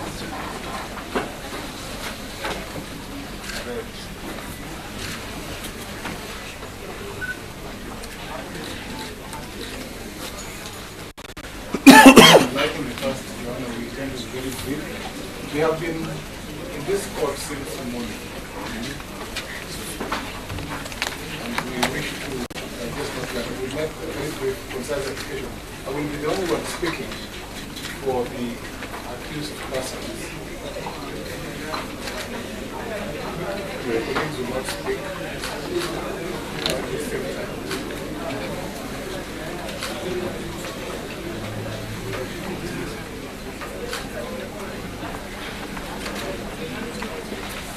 Yes. Yes, Your Honor.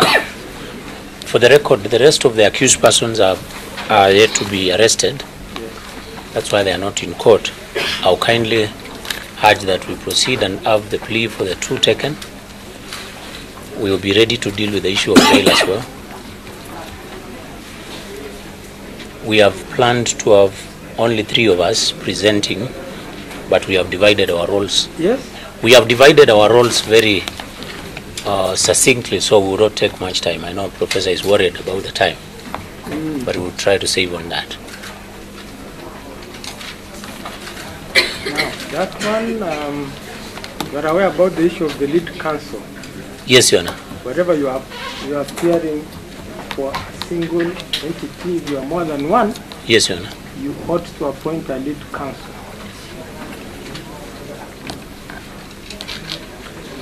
Yes. Appoint one so that when it comes to your turn, the others can give you instructions.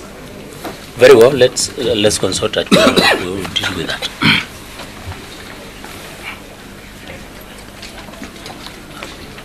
Yes.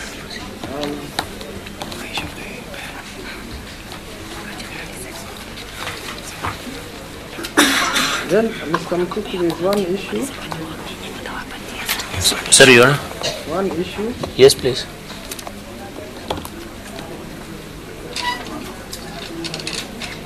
Now, you realize it's now, what time is it?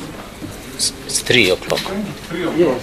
It's 3 o'clock. Why do accused persons, why are they presented to court very late? You know, the first accused person was arrested yesterday, late in the afternoon. But the team was out looking for the rest of the accused persons until at around 11 o'clock. That's when up to around 11 o'clock today. Yes. That's when they managed to arrest the 7th accused.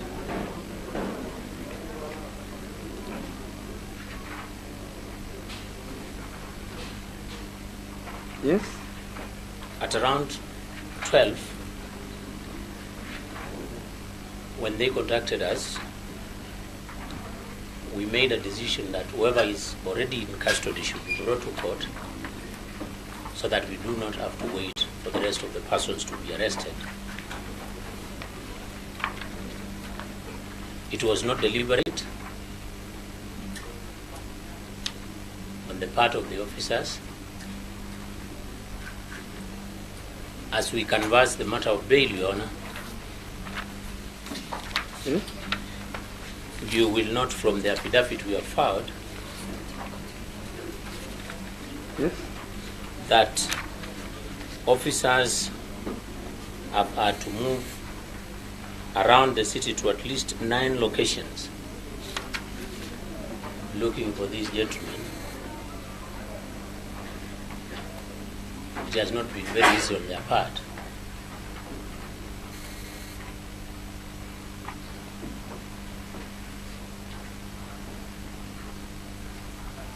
Yes. So that was the reason, and partly maybe I need to mention this. As these officers brought in the 2nd accused, there was a small crowd that was milling around ESCC.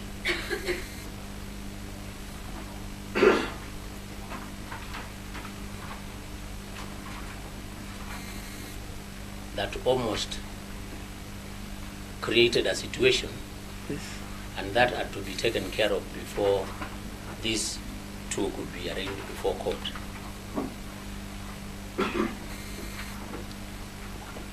Your Honor, you've added, when you settled in court, persons attempting to force their way into the courtroom. Yes. So it was a matter that really required to be weighed very, very carefully so that we don't put other people at risk. Otherwise, we shall endeavor to bring everyone that we arrest in court in good time. When I brief response, and this is because I was there, I'm not submitting instructions. I spent time at the ESCC late last night. The former governor of Nairobi City County, Dr. Delo, presented himself. He was coming to ESCC when he met the officials from ESCC and came with them. That was before 5 yesterday. He has been in custody now almost going to close to 24 hours, Your Honor. And we were assured yesterday that he would be presented to court at 9 a.m. 9 a.m. became 10 a.m. 10 a.m. became 11 a.m. and it is now 3 p.m.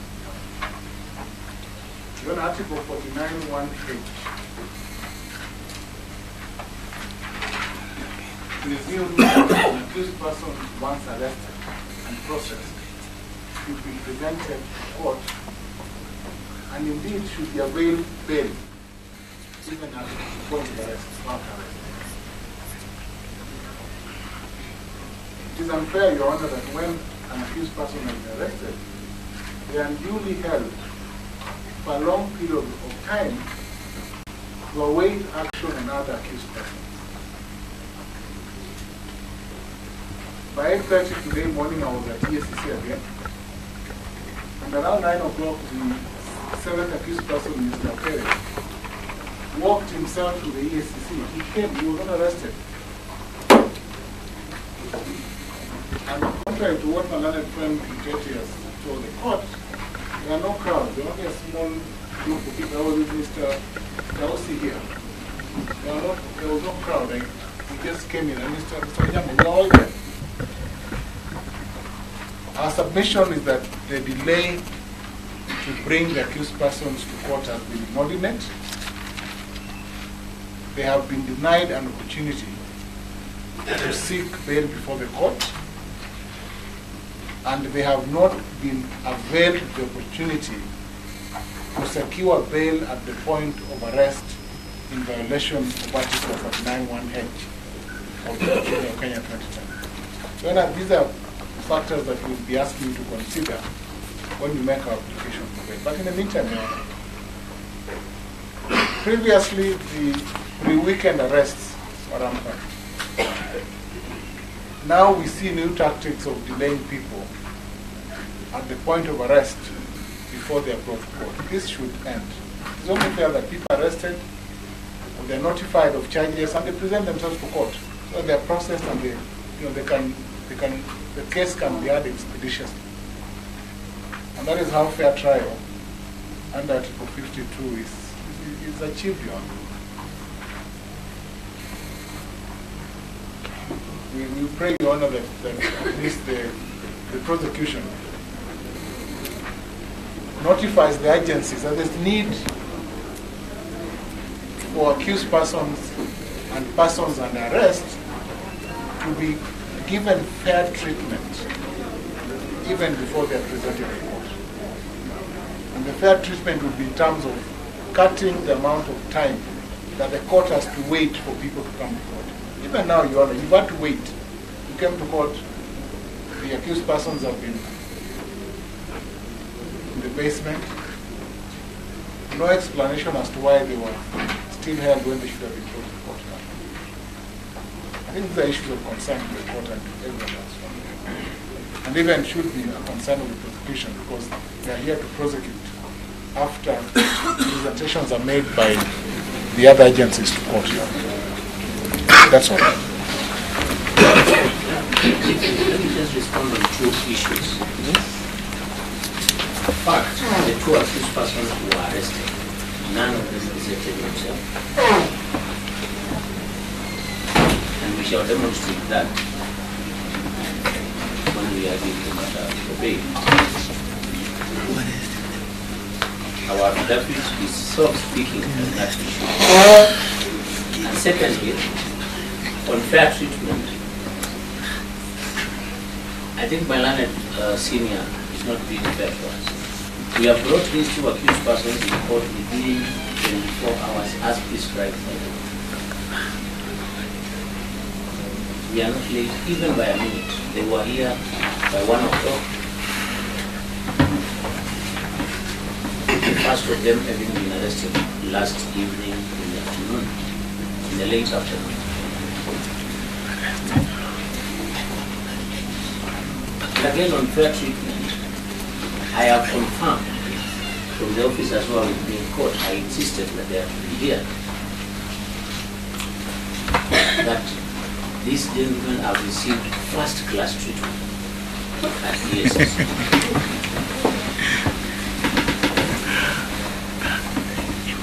I understand they are well fed.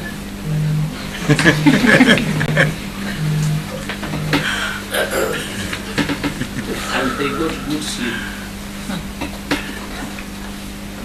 Looking at the former governor, you can see it's fine.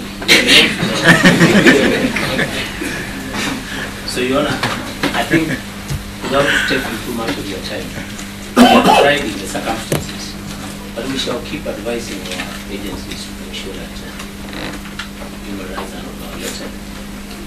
If any suspect is arrested. That's all. Just to comment a one-liner, the treatment at the EACC was not bad, that I'll confirm. But the delay is our concern. And Mr. Stausi here walked Okere to... I drove Okero in my car from town to ICC offices. So when counsel is saying that he was arrested, to me, I think it started to be somebody else. Somebody else completely, not okay.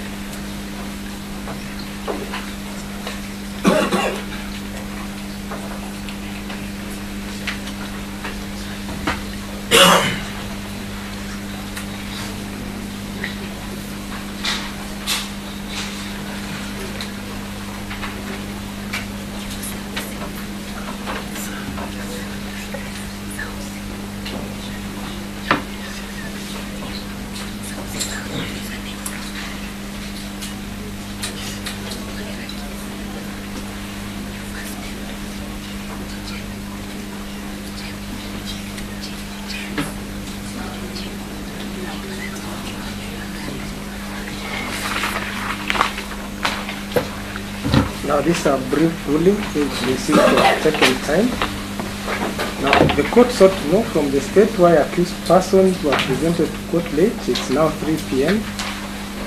Not a single plea has been read. The accused were presented to court at 2:50 p.m. The state says that it was not deliberate on their part, and they have filed an affidavit explaining the circumstances. One of the reasons, according to them, was because they had to look for other accused persons for presentation to court. However, they will endeavor to try and correct the situation. Professor Genda for accused informed the court that the accused was arrested at 5 p.m. yesterday and that they have been in court since 9 a.m. Article 49(1)H provides for guidelines, conditions for how bail should be granted, and for the presentation to court within 24 hours. That the accused are now being detained for long hours at the points of arrest, which amounts to unfair treatment. Now let me say this, all organizations have policies, regulations and guidelines besides requirements of the law for good governance, which includes but is not limited to time management. This court has observed and continues to observe accused persons being brought to court very late in the day. Now this court shall uphold and respect the Constitution, especially of presentation of accused to court within 24 hours. It's now after 3 p.m. It may be well within the 24 hours. But what time is left to the court to determine any issues that may arise? The answer to that is left for everyone to guess. Having observed as above, and without avoidance of any doubt, for this court of the Anti-Corruption and Economic Crimes Division, it's ordered and directed that from this time onwards, no plea shall be registered in our court registry after 8:30 a.m. on the respective days when the investigative agencies intend to have their customers presented to court. This order will be extracted, served on the DPP, and posted on the Milimani Law Court's notice board with immediate effect. All involved agencies to take note. Most obliged. Thank you. Now we can now proceed to have the please taken.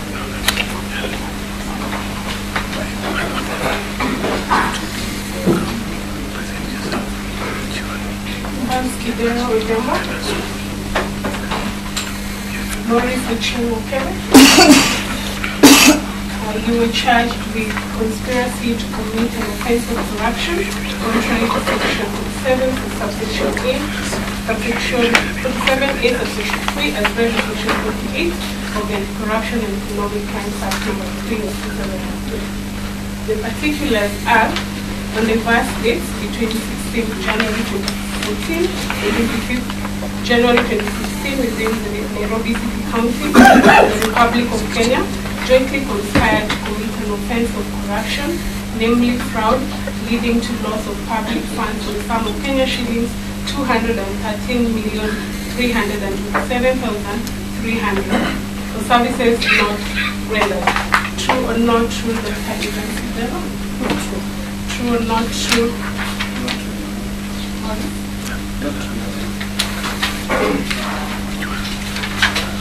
Yes. Count 2.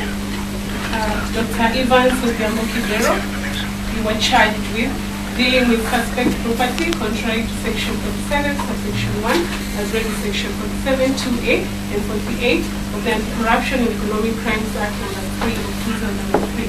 The particulars are on or about 29th day of August 2014 within the Nairobi County, in the Republic of Kenya, being the governor of Nairobi City County government, in a person whose functions concern the management and use of revenue, received the benefit of Kenya shillings 14 million from Lodwar Wholesalers Limited, having reason to believe that the said money was acquired in the course of corruption collapse. True or not true, Dr. Evans? Not true. Count 3, Dr. Evans Kidero, you were charged with dealing with suspect property contrary to section 47.1 as well as section 47.2A and 48 of the Corruption and Economic Crimes Act number 3 of 2003. The particulars are on or about 11th day of September 2014 within the Nairobi City County, in the Republic of Kenya, being the governor of Nairobi City County government and person whose functions concern the management and use of public revenue, received the benefit of Kenya shillings 10 million from Lodwar Wholesalers Limited, having reason to believe that the said money was acquired in the course of corrupt conduct. True or not true, Dr. Evans? Not true.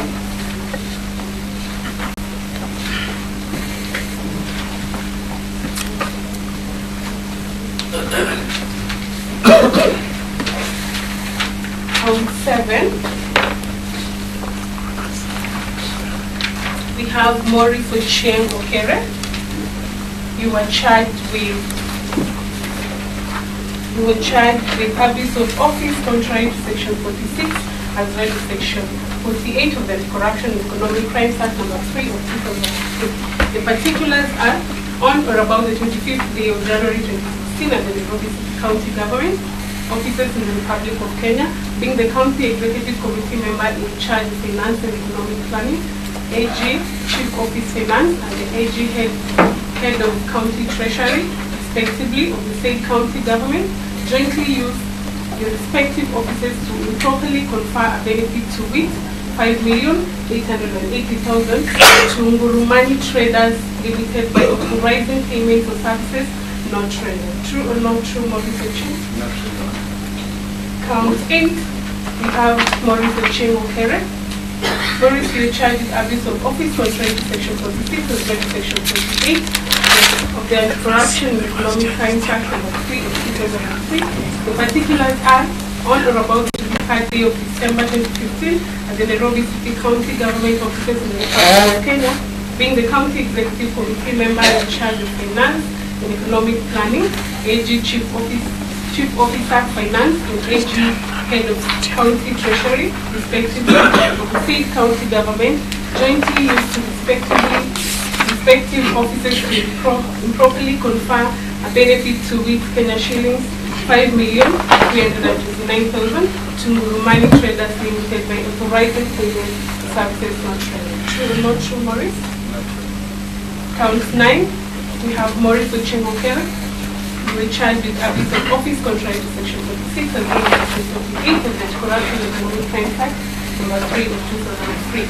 The particulars are on or about the 18th day of December 2015 at the Nairobi City County Government Offices in the Republic of Kenya, being the County Executive Committee member in charge of Finance and Economic Planning, AG Chief Officer of Finance, and AG Head of County Treasury, respectively, of the same county government, jointly used the respective offices to improperly confer a benefit to with Kenya shillings 4,759,000 to Lodwar Wholesalers Limited by authorizing payment for services not traded. True or not true, Maurice?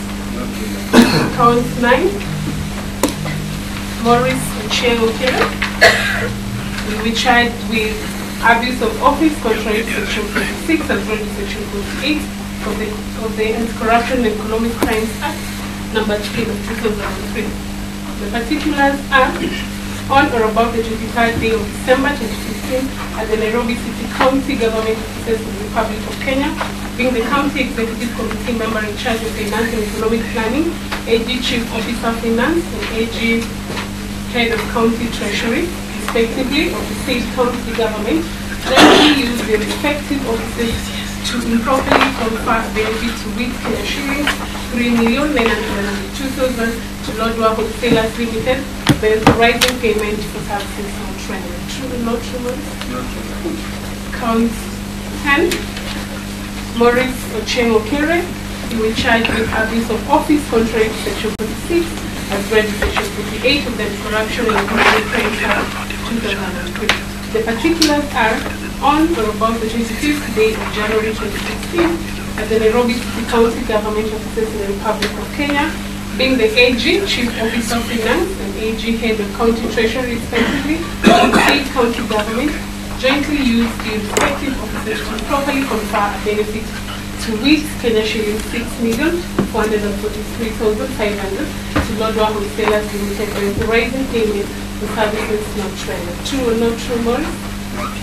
Count 11. Maurice Ochemokera. You were charged with abuse of office contrary to section 46 as well as section 48 of the Corruption and Economic Crimes Act number 3 of 2003. The particulars are on or about the 17th day of September 2015 at the Nairobi City County Government Offices in the Republic of Kenya, being the AG Chief Officer Finance and AG Head of County Treasury, respectively, of the state county government, jointly used the respective offices to improperly confer a benefit to with Kenya shillings 7,241,000 to Lodwar Wholesalers Limited by authorizing payments for services not rendered. True or not true, Maurice? Count 12. Count 13. Maurice Ochemokera. You were charged with abuse of office contrary to section 46 as well as section 48. The previous count is which one? The previous one is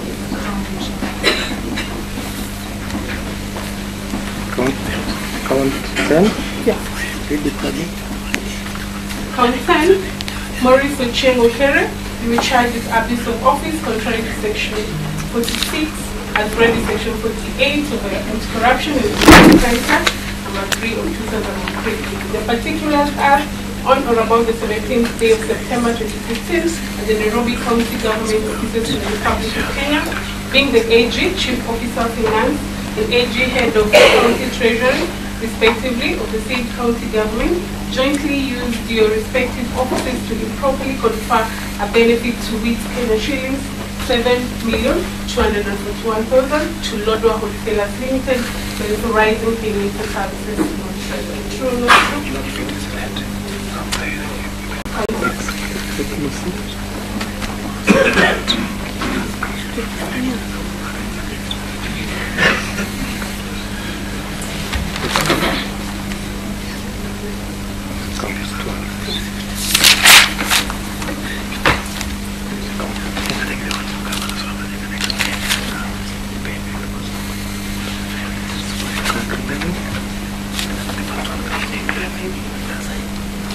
11, Maurice Ucheng Okere, you were charged with abuse of office contrary to section 46, as read in section 48 of the Corruption and Economic Crimes Act, number 3 of 2003. The particulars are all on about the 10th day of July 2016 at the Nairobi City County Government offices in the Republic of Kenya, being the AG Chief Officer of Finance and AG Head of County Treasury, respectively, of the same county government, jointly used their respective offices to improperly confer a benefit to wit 9,373,200 to Lodwa Wholesalers Limited by providing payment services to the treasury. True or not true? Now, I think I'm having a problem here. Mr. Mtiti, County 11. What are the figures in County 11?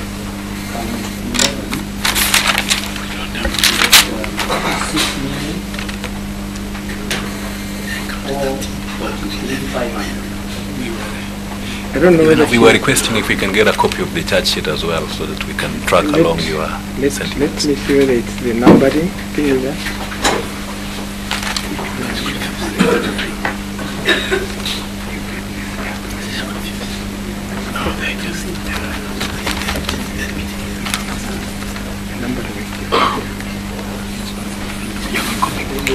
Just confirm whether you have the same copy of charge sheet. You have an extra copy.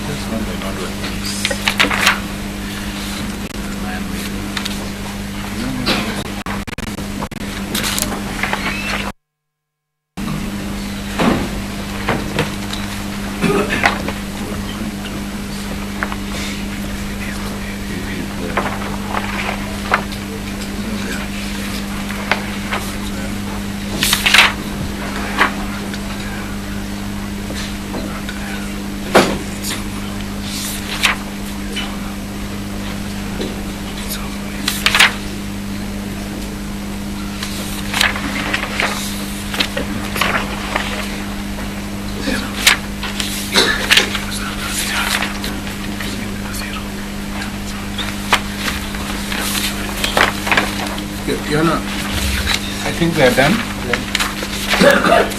Okay, one thing I wanted to confirm.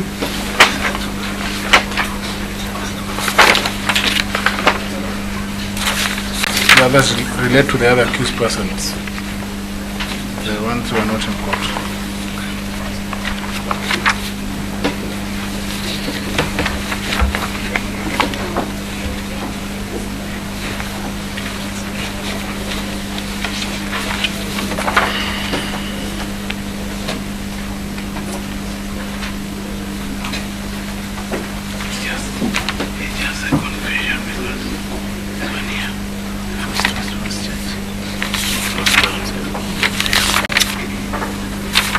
Just proceed. Count it, sir. Yes. Some two additional counts. Count number 4, count number 13, the second accused of yours. Sorry, the second one accused.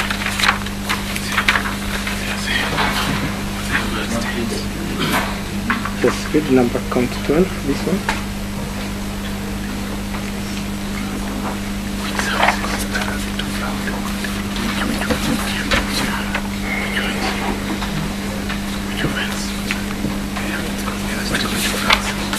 Okay, count 12.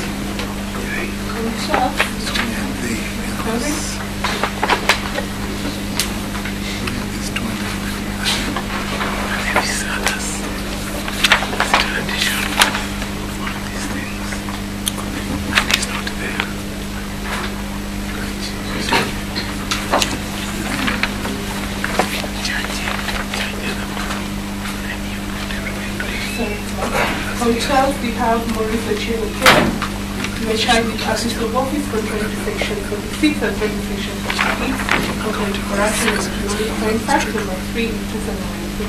The particulars are on or about the 17th day of September 2015 at the Nairobi City County Government Offices in the Republic of Kenya, being the AG, Chief Officer Finance, and AG, Head of County Treasury, respectively, of the same county government, jointly used their respective offices to improperly confer benefits to Kenya shillings 7,241,000 to Lodwar Wholesalers Limited by authorizing payment services not rendered. True, not true, Maurice? The last count, we have count 13 for Maurice Ochieng. The offense is abuse of office contrary to section 46 as read to section 48 of the Corruption and Economic Crimes Act number 3 of 2003.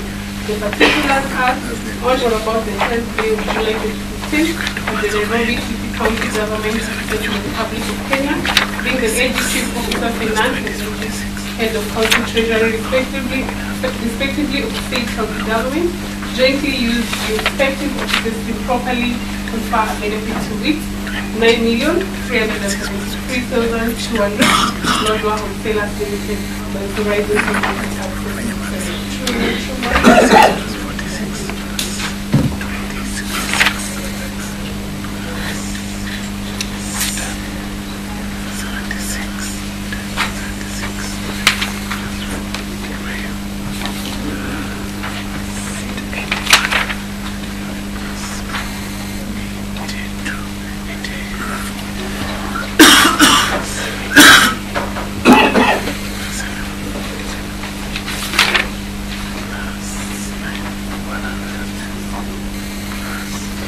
So I've entered the plea of not guilty. Yes, yes. Your Honor, if you wish to apply for bail on behalf of the first and the seventh accused persons, Your Honor, the law on bail and the conditions for grant of bail are common ground. The circumstances under which the court may grant bail are also common ground. Your Honor will note that the principles for the grant of bail are now well settled by the High Court in Rogers, Nzioka, and others versus Republic, anti-corruption economic case number 12 of 2018, which is common ground. I will only rely on the Rogers Nzioka case for purposes of elucidating the succinct arguments that summarize the conditions for the grant of bail. Your Honor, the first condition that would define your qualification for the grant of bail, Your Honor, which itself is a constitutional right under Article 49(1)(h) of the Constitution and Section 123 of the Criminal Procedure Code, Your Honor, would be the seriousness of the charge that is preferred against accused persons. Your Honor, I just wish to refer the court to the charge that has been read to court this afternoon.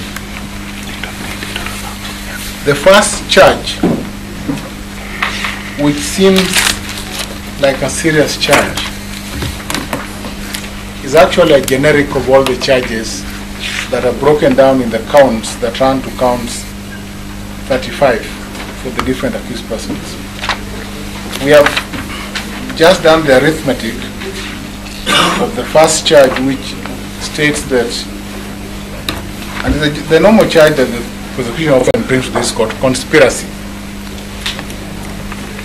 And they're hoping to establish a web in the end that there was actually conspiracy by the political head of the county and the other accountable CEOs under the County Government Act, Your Honor. Your Honor will note that the 213,327,300 should not therefore define the seriousness of the charge before you. Your Honor should ask yourself a number of questions, Your Honor. These are charges that apparently arise from acts and omissions that occurred in 2014 and 2015. These are events that are supposed to have occurred some 4 to 5 years ago, and that for the longest time possible, the EACC has been investigating. Suddenly some light has come after 5 years, and alas, there's an offense. That's what you're being treated to, Your Honor.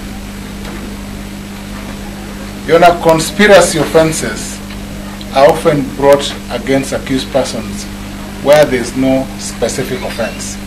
You round up people and say you conspired because you can't find an actus reus, you can't find the full element that would define a crime in one single individual.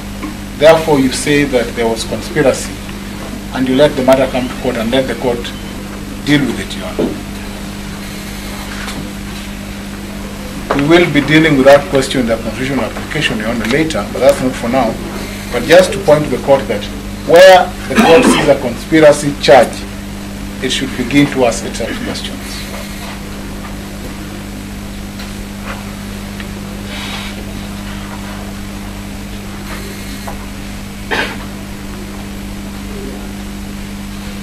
Your Honor, the other offenses that are defined are offenses that break down the sum of 213 million and that were apparently committed by the 7th respondent while acting as the head of Treasury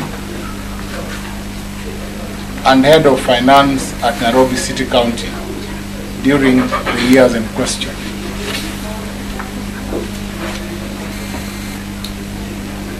This was an officer in employment, as the court will hear when this matter is finally heard. But, Your Honor, to imagine that a governor or the governor of Nairobi City County would be charged in court for acts and actions of officers who are employed in the finance department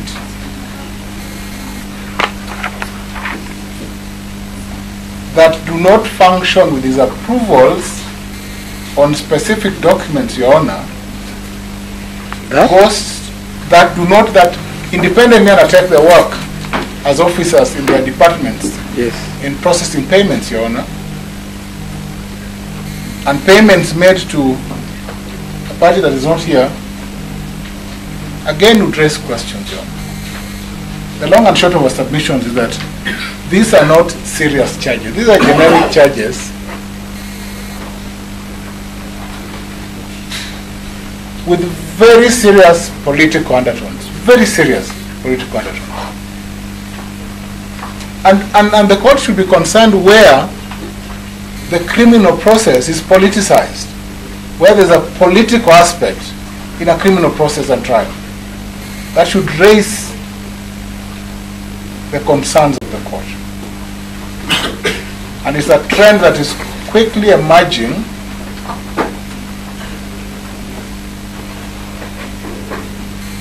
in the latter charges that we have seen in this court. Then I will urge you to consider that when you grant bail, that these are not conspiracy offenses and never serious offenses. Offenses should be individual and should point to the specific actus of that individual committed. Your Honor, the second consideration that we make is national security. There is no danger of the accused persons. The accused persons are law-abiding citizens. There is no reason why they would not avail themselves for trial. And Your Honor, even when we grant bail, I will request the court not to impose a condition that requires any of the accused persons to visit any police station because it is unnecessary. The first accused person is a former governor of Nairobi City County and an active politician. He would have no business leaving this country or going anywhere. The third accused person is a law-abiding citizen who no longer works for Nairobi City County and has no ability, financial ability, to threaten the government or to go out of the country. You can just look at it.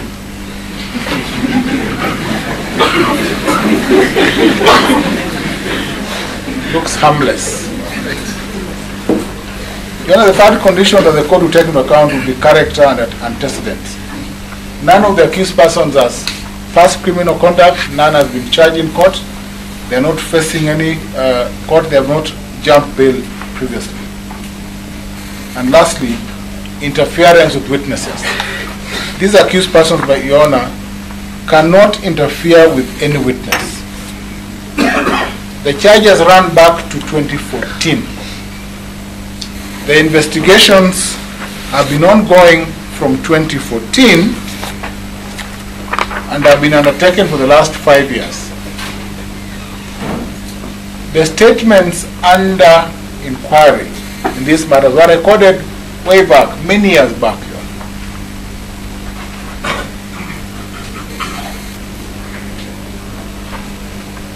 And there can be no possible interference with any witness. In any event, Your Honor, the two accused persons that are in court today no longer work at Nairobi City County.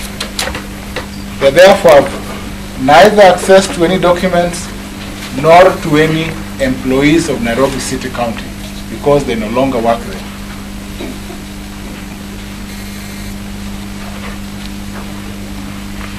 Therefore, Your Honor, we will be praying that none of the conditions that would warrant the granting the denial of bail would be satisfied in respect of these accused persons. They are not in touch with any person.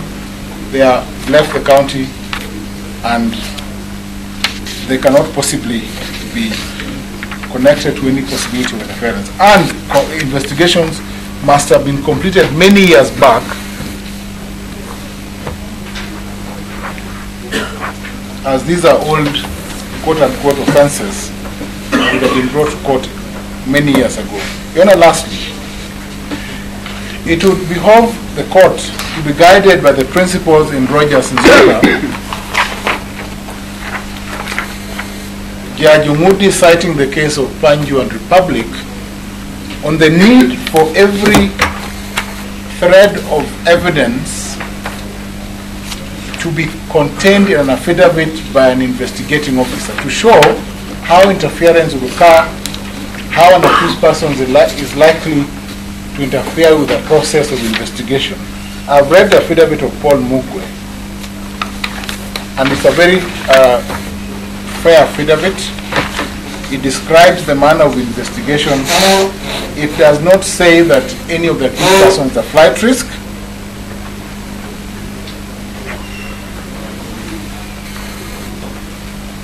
And as we submitted, Your Honor, the first accused person, Dr. Kidero, was on his way to the ESCC when he was arrested. He had intended all along to present himself to the ESCC. He has spent over 23 hours at the commission offices. He slept there.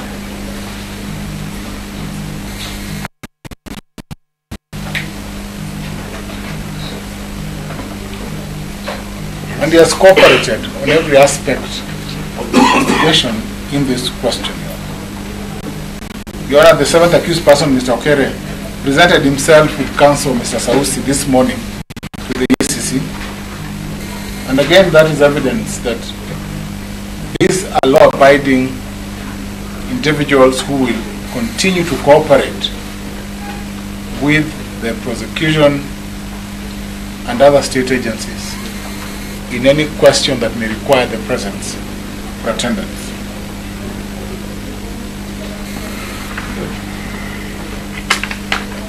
In any event, Your Honor,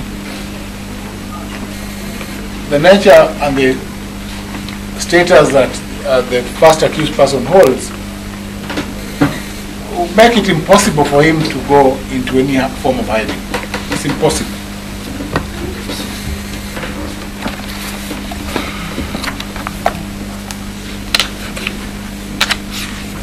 So there's no possibility of being a flight risk or of interference with any witnesses.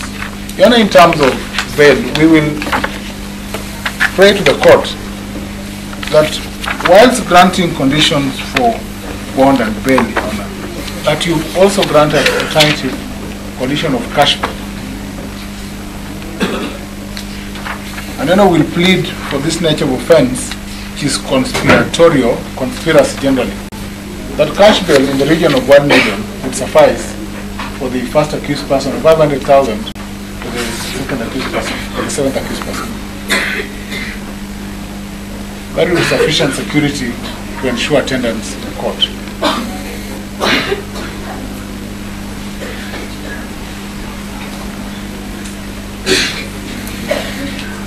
We also pray that you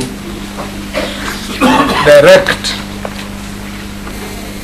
that the officers responsible for receiving payment of bail avail themselves today, Your Honor, so that accused persons are not subjected to the further pain of having to spend the night in a police cell when they pose no danger to themselves and or to the public. These are peace-loving and law-abiding citizens, and we plead for the mercy of the court in that account. That's all, Your Honor. Your Honor, I will hand over the two decisions that I've relied on, Rogers Ijoka Mutua, and the second decision that emphasizes the same point, the case of Hassan Machi Omar and Kodosa Mohammed Abdi and the public, where Judge Achode was on point on interpreting the provisions of 49(1)H and what the court should take into account in granting or denying that. That's all.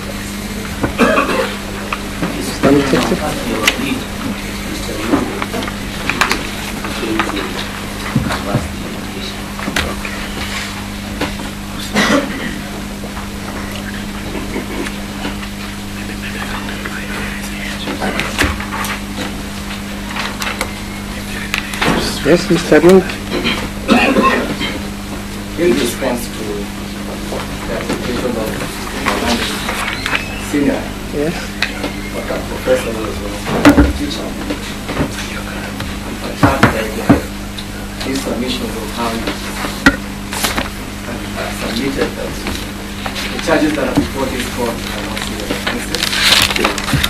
I have expressed instruction from the DPC to say the following way. Your Honor, these economic crimes offenses, I submit from the first instance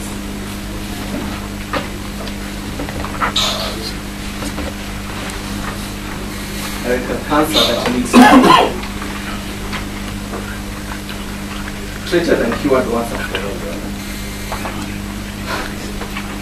Your Honor, I shall address my submission, among other documents that I intend to rely on. The affidavit that has been alluded to, sworn by Paul Mulgwe, who is one of the investigating officers from ESCC. The affidavit is dated the 9th of August 2018. And it has two annexures marked as PMA and PMB. In addition, we shall be relying on authorities. We have served them on the court and also on the defense.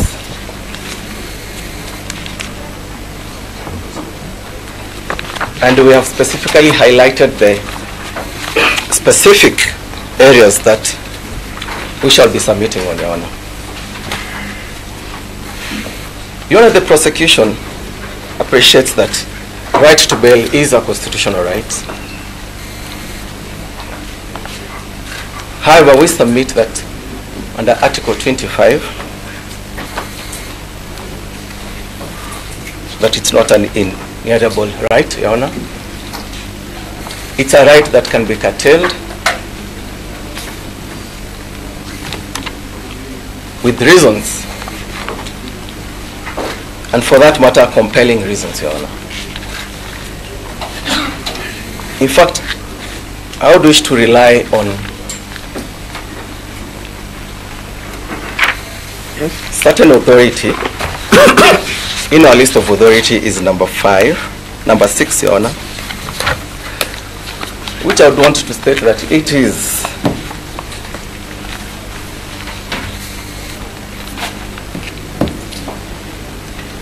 it's more or less my opening statement to express and submit how seriously the offenses that have been preferred against the first accused and the second accused are serious. Your Honor, you're going to read it for yourself, which I've highlighted. It says that we must root out this evil, and if our brothers take the side of the evil, we must root them out too, Your Honor. Your Honor, what you're saying is that corruption has been an evil that has been perpetrated by our fathers. It's continued to be perpetrated by us, the sons. That's why we have to shape up and deal with these cases very seriously, Your Honor. Your Honor, in our affidavit, under paragraph 7 and 8, we have emphasized that the charges that have been preferred against the accused persons are serious economic crimes offenses that draw harsh penalties. And I beg to differ with my learned senior that the charges that have been preferred, they are generic charges, Your Honor. These were charges that were preferred after thorough and comprehensive investigations were undertaken by an independent body, that is the ESCC. Your Honor, the same evidence was forwarded to our office, which is an independent office and established in our constitution under Article 157(10). And it's on that premise, Your Honor, that a decision to charge the first and the second accused person was reached at. Not just because we were excited to charge the first accused person, who is the ex-governor of Nairobi, and the second accused person, Your Honor. We prefer these charges on the basis of the evidence that was submitted to us, Your Honor. Your Honor, apart from the first count which has been alluded to on the conspiracy charge, Your Honor, it has been submitted to you selectively, Your Honor. There are other distinct counts that have been preferred against the first and the seventh accused persons, Your Honor. Your Honor, those offenses were clear, that the amounts that were involved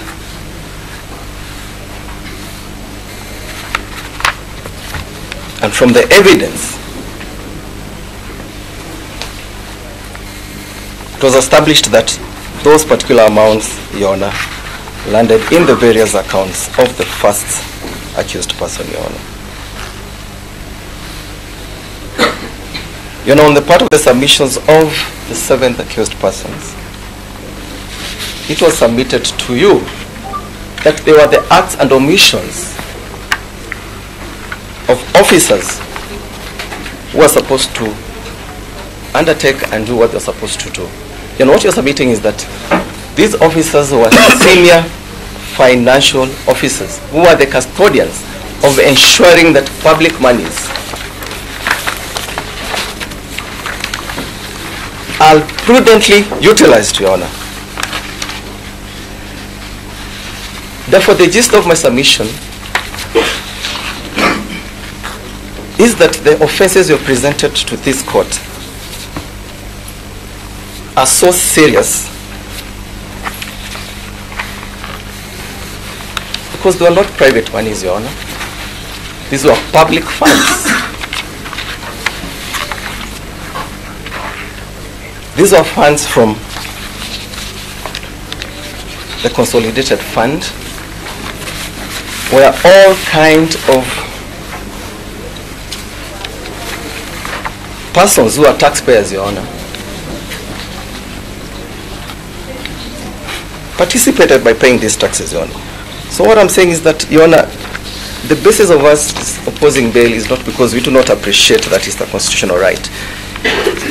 It is to emphasize that we have moved on from the paradigm shift of us treating these economic crimes offenses as generic offenses, Your Honor.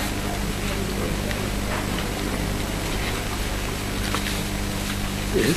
Sorry to say, Your Honor, that corruption offenses, if we do not treat them with the seriousness that it deserves, Your Honor, our future generations, Your Honor, will judge us.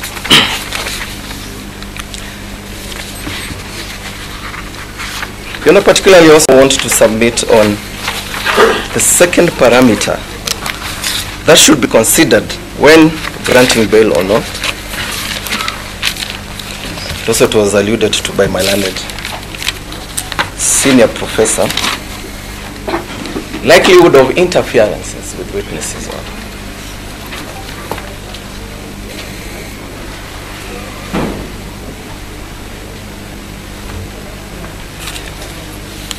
You know, we have appreciated that parameter in our affidavit, paragraph 8,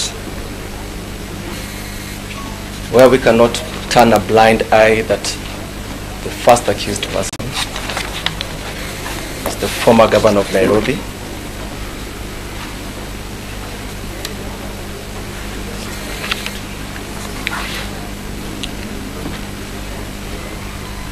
You know, who, in terms of the witnesses that the prosecution intends to rely on, some of them are former colleagues, former officials who worked in his county in which he was the governor, Your Honor.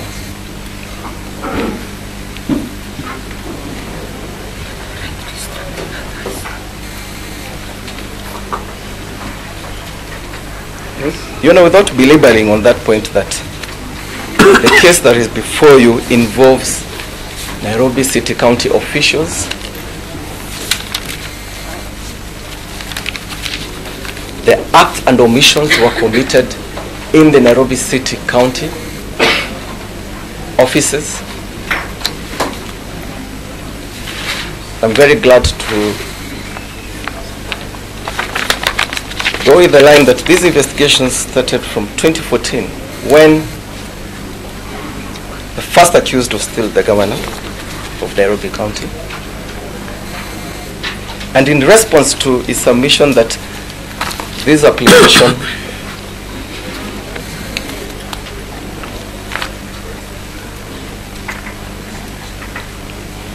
the submissions that the investigations took long, no material evidence, no authority, based on law, on the timeline that investigations should take place, Your Honor.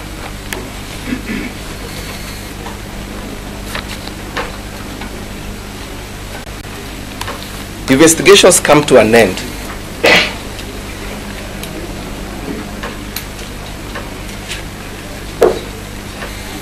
Or rather, that there is no particular provision in law that states when investigations should come to an end. Investigations are a continuous process. However, we submit after EFCC completed the investigations, not putting into account when they finished, They submitted the said evidence to office, and we made a decision to charge, Your Honor.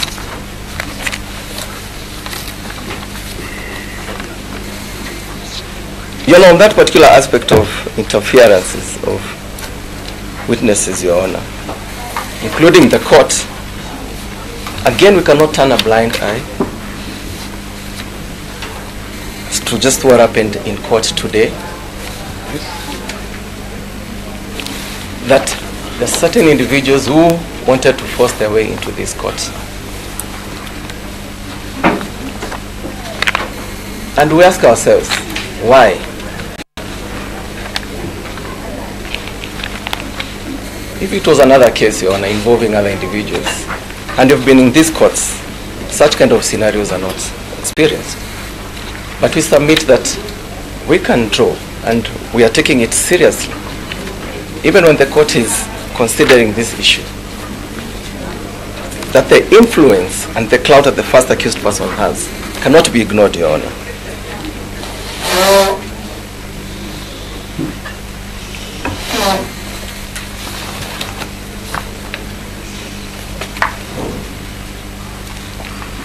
You know, the other parameter that we are relying on is that it's not only these cases that are of high public interest cases. Yes. It's not that we are saying this case is unique. We have opposed bail in other cases that have come before you, but of economic crime, serious economic crime cases.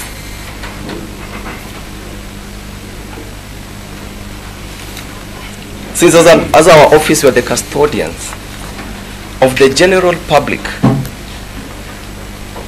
when it comes to addressing acts, omissions that of corruption,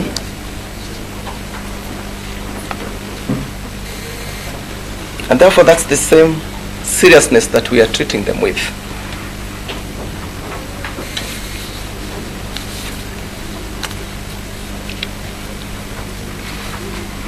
And therefore it's on that basis, Your Honor, that we submit that strongly. That's another reason that we are relying our application on imposition of bail. The other parameter, Your Honor, is that economic crimes are offenses and crimes of class apart, Your Honor.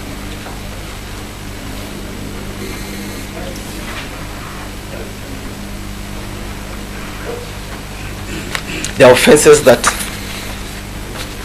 the degree and the threshold of how they should be handled and treated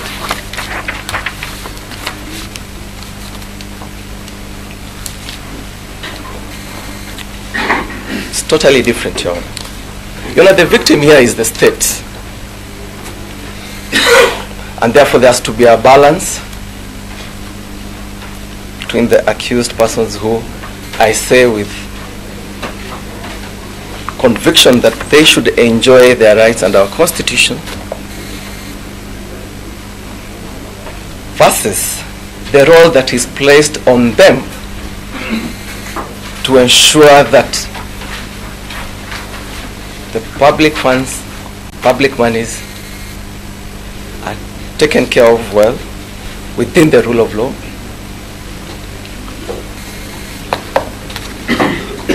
And that when they get remunerated from the same public funds, their degree and their duty should be high as well to ensure that this prudent utilization of these funds. And that's why we are saying that we cannot turn a blind eye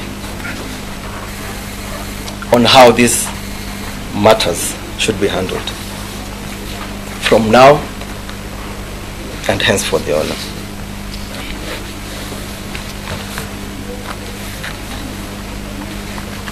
Your Honor, my various authorities that I do not want to take a lot of time had highlighted, I would want to emphasize on the authority, the Indian authority. It is named, it's number 9 sorry, it's number 8 on our list of authorities.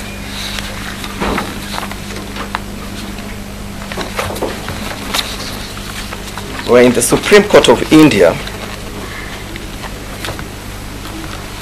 the judges stated that economic offenses constitute a class apart and need to be visited with a different approach in the matter of bail. The economic offense having deep-rooted conspiracies and involving huge loss of public funds needs to be viewed seriously, Your Honor.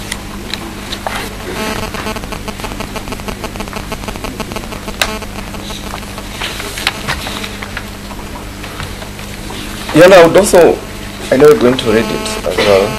On the same page, page 6, the authority reiterated that the entire community is aggrieved if the economic offenders who ruin the economy of the state are not brought to book. A disregard for the interest of the community can only be manifested at the cost of forfeiting the trust and the faith of the community in the system to administer justice. Your Honor, we have different agencies that have been bestowed the duty to ensure that this vice is deterred and not to make it juicy for anyone who would want to lick the honey in the public coffers, Your Honor.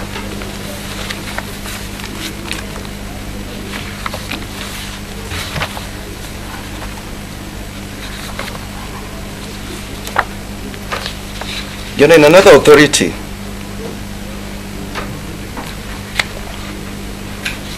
in our list of authorities, it's number 6.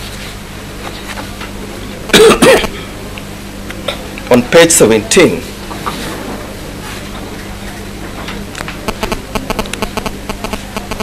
the judges in their judgments also said that, and have highlighted, and to rob a poor man is a greater crime than to rob a rich man, because it is the poor, it is to the poor a more severe damage, Your Honor. And the reason, Your Honor, we are making this application is it's also the duty that the state has bestowed to us to ensure that these cases are not treated in some manner they are treated.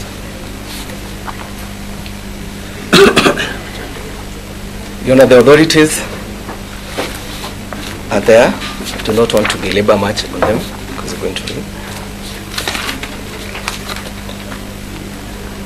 But in conclusion, in fact, my learned senior professors aided my submissions when he has said that the officers who deal with bail on bond, who deal with the bail or administer the issue of bail when it's been granted,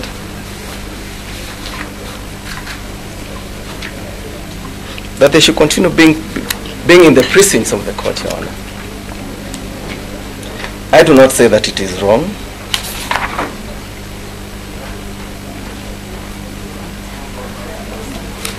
But it qualifies our submission as to why we are saying that we should treat the economic crimes offenses seriously, Your Honor.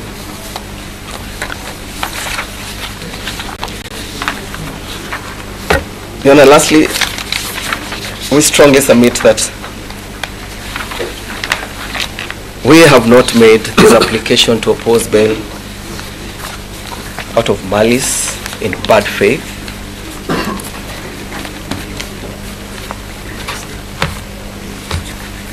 It is our duty to bring to the attention of this court why we are at another level when it comes to dealing with these kind of cases that are before you.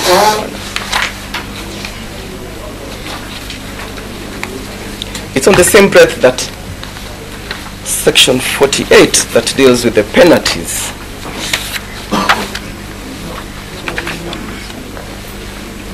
it uses the words shall,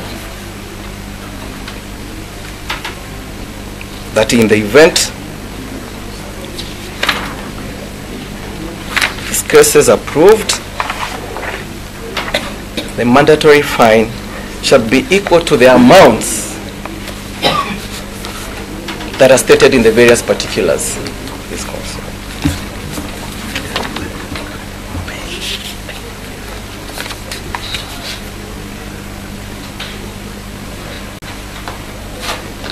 So therefore, even as the court retreats to make a decision,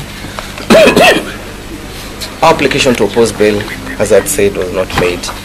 Not because you do not appreciate that it's a constitutional right. You also appreciate that it's a right that can be curtailed and limited to a certain extent, including the fact that when the court is making that decision on the bail terms, should consider the seriousness of the offenses and treat them with the seriousness that it deserves and not the casual manner in which they were addressed. That's all.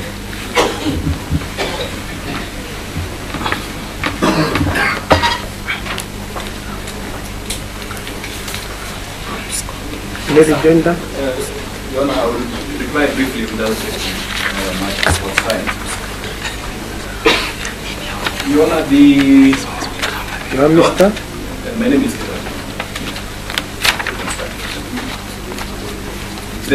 where the Director of Public Prosecution opposes bail from accused person, the Director of Public Prosecution is under strict obligation to persuade the court that there are compelling reasons. Your Honor, when you say compelling reasons, there must be cogent evidence. Material placed before court in form of an affidavit to demonstrate that you should exercise discretion in their favor. Your Honor, you look at the affidavit before court. The affidavit before court, Your Honor, is a 3-page affidavit. In the affidavit, upon reading it, you don't see any material. These compelling reasons. The evidence which we needed that the accused persons will not attend trial if they are not granted bail. So in a proceeding on the premise that the right to bail is actually a constitutional right, it is in the Bill of Rights. So if a proceeding on that premise, they have not discharged that burden to warrant denial of bail. That offenses are serious or not is a question of fact and law, which will be determined by looking at the evidence which they are presented before court. And therefore, in terms of the seriousness of the charges or not, that cannot be a ground at all to deny the accused person's bail. Because so far the court has not seen this evidence, which the DPP says is serious enough to convict the accused person, as it were. The DPP is making submissions as if we are in a sentencing. The accused persons enjoy presumption of innocence. Whatever the serious, if they say the offense is serious, whatever the nature of the offense, the accused persons enjoy that important and fundamental right of presumption of innocence. And therefore you cannot use the weight of evidence and say that we have strong evidence and we deny you bail. So really that's not a factor. So in reply we are saying that there's no compelling evidence by DPP. DPP is treating the issue of bail in a routine manner. They oppose bail in all cases.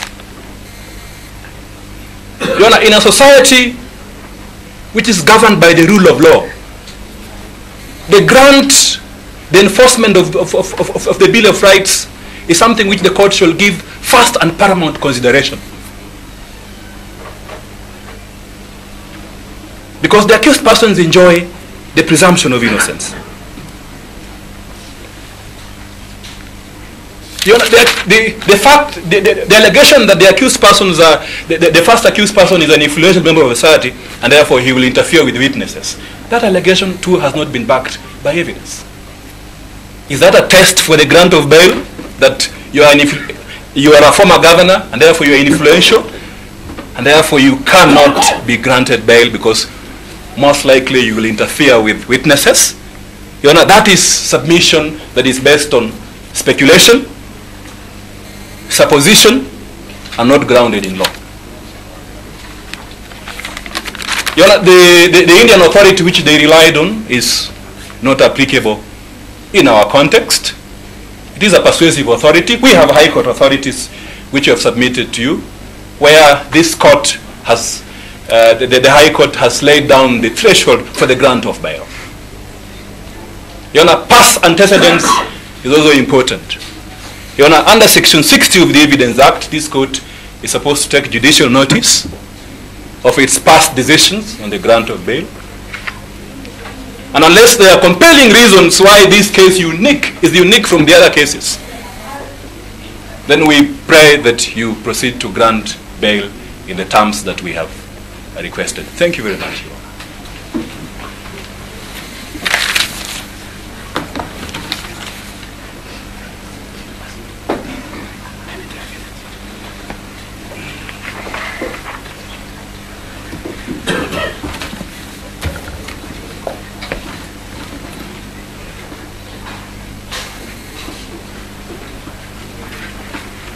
We can only make one request that if your ruling is going to be long, that you can give us a finding and then we give the longer decision later. How do I give a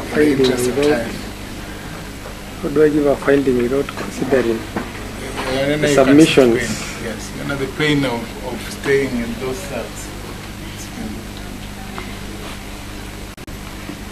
But we appreciate the fact that we've been heard and we're happy that just the question that is it possible that Yona could give the finding, then we can give the reasons, the long reasons. We can pick that in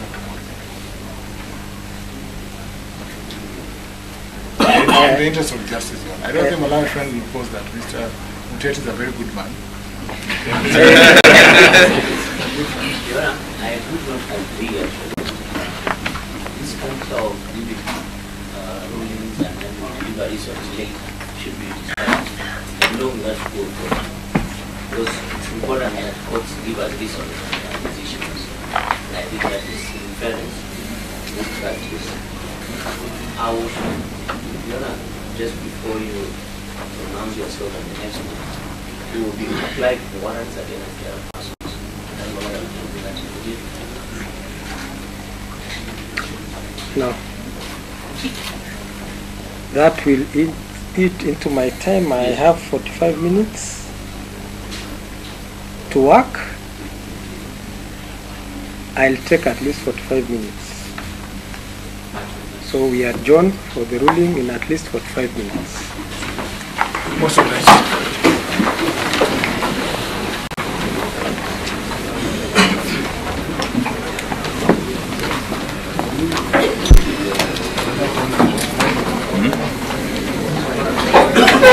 What time is the flight in Mombasa?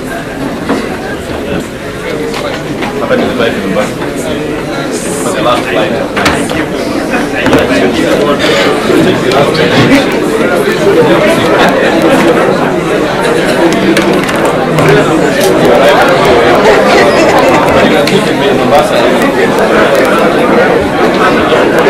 Thank you.